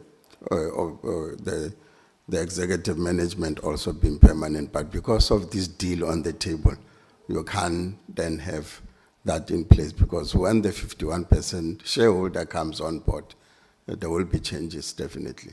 And therefore we are caught in between making it permanent for 3 years, and you don't know within the 3 years, 6 months down the line, the 51% shareholder says the agreement is on the table, he has the money, and therefore I want it this way. So we are caught in that particular environment, Honorable Somyo. And then the last obviously was the question you asked, and we want to echo what the minister said. No money, no deal. And should anything happen and the deal does not go through, we'll look at the other possibilities. And I think Minister emphasized on that particular issue. We still put it that way. And obviously, we had to wait for other processes to happen. Competition Commission done, tribunal has already concluded on it, is done, but the shareholders of the consortium of Tagazo, it has majority, has minorities, and the minorities are still looking at their options based on the outcome of the tribunal. So that is why the negotiations of the deal are moving slowly towards its conclusion so that we can realize the money. But DG, if you could come in so that I do not take much of the time due to time constraints. DG? Thank you, Chair. I will be very close in the quick, given the interest of time. I just want to just reiterate the point that in terms of the tabling of the report, the annual report, it is just going through the editing. It will definitely be presented to the House. That is the first point. And the second point is, was this the good... When? Pardon? When? I've just been informed by SAA that they've just going through the editing and the covering and the setting up. So at before we go December? Definitely. Before December, before you go on holiday, on recess. Is it recess? Yeah, recess. Recess. Recess. Yes. Sorry. Yeah, apologies for that. Before you go on recess, it shall definitely be tabled. The second point I just wanted to just indicate is that Was this a good deal? At the time when we actually engaged, when we're working on this deal, we're looking at two possibilities, BR or liquidation. And we have now traversed the path. Today we are here. We've now actually presented the financial statement on a going concern, and also what is important to articulate is that we are talking about a going concern without any government guarantee that is being there. And also, much more importantly and much more fundamentally, we've got the name and the brand of the entity that is actually flying, that is actually looking to expand its network going forward.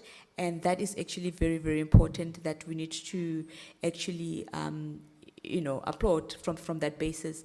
And also to thank the committee and the members for some of the probing questions, and also holding us to enable us to even to sharpen the pens and the pencils in terms of what we need to do in terms of actually reviewing and making sure that we get value for money. I can see that the chair is wanting to cut me. Thank you. I thought you'd go on that one, on the thanks you can go on, it's okay. Colleagues, I want to apologize on the issue of time. It's really a recent decision, which is not of our making. We don't mind pushing right up until close enough to 2 o'clock, but again, that is paired, so we must comply. So thank you very much. I think you need to conclude on this matter. We can't every time, as Mamzibula is saying, "Salindwe mali," waiting for money, waiting for money. It's holding you to ransom on progress, on taking the key strategic decisions. So the issue must be resolved. Colleagues, tomorrow, SIU, law enforcement agencies, on update on cases, right, Stombi? That's tomorrow. Next week, presidency on Tuesday, again on SIU-related matters. On Wednesday, road accident fund and SIU-related matters. Colleagues, and then, colleagues, thank you very much. The meeting stands adjourned. Good afternoon. Take care. Safe travels.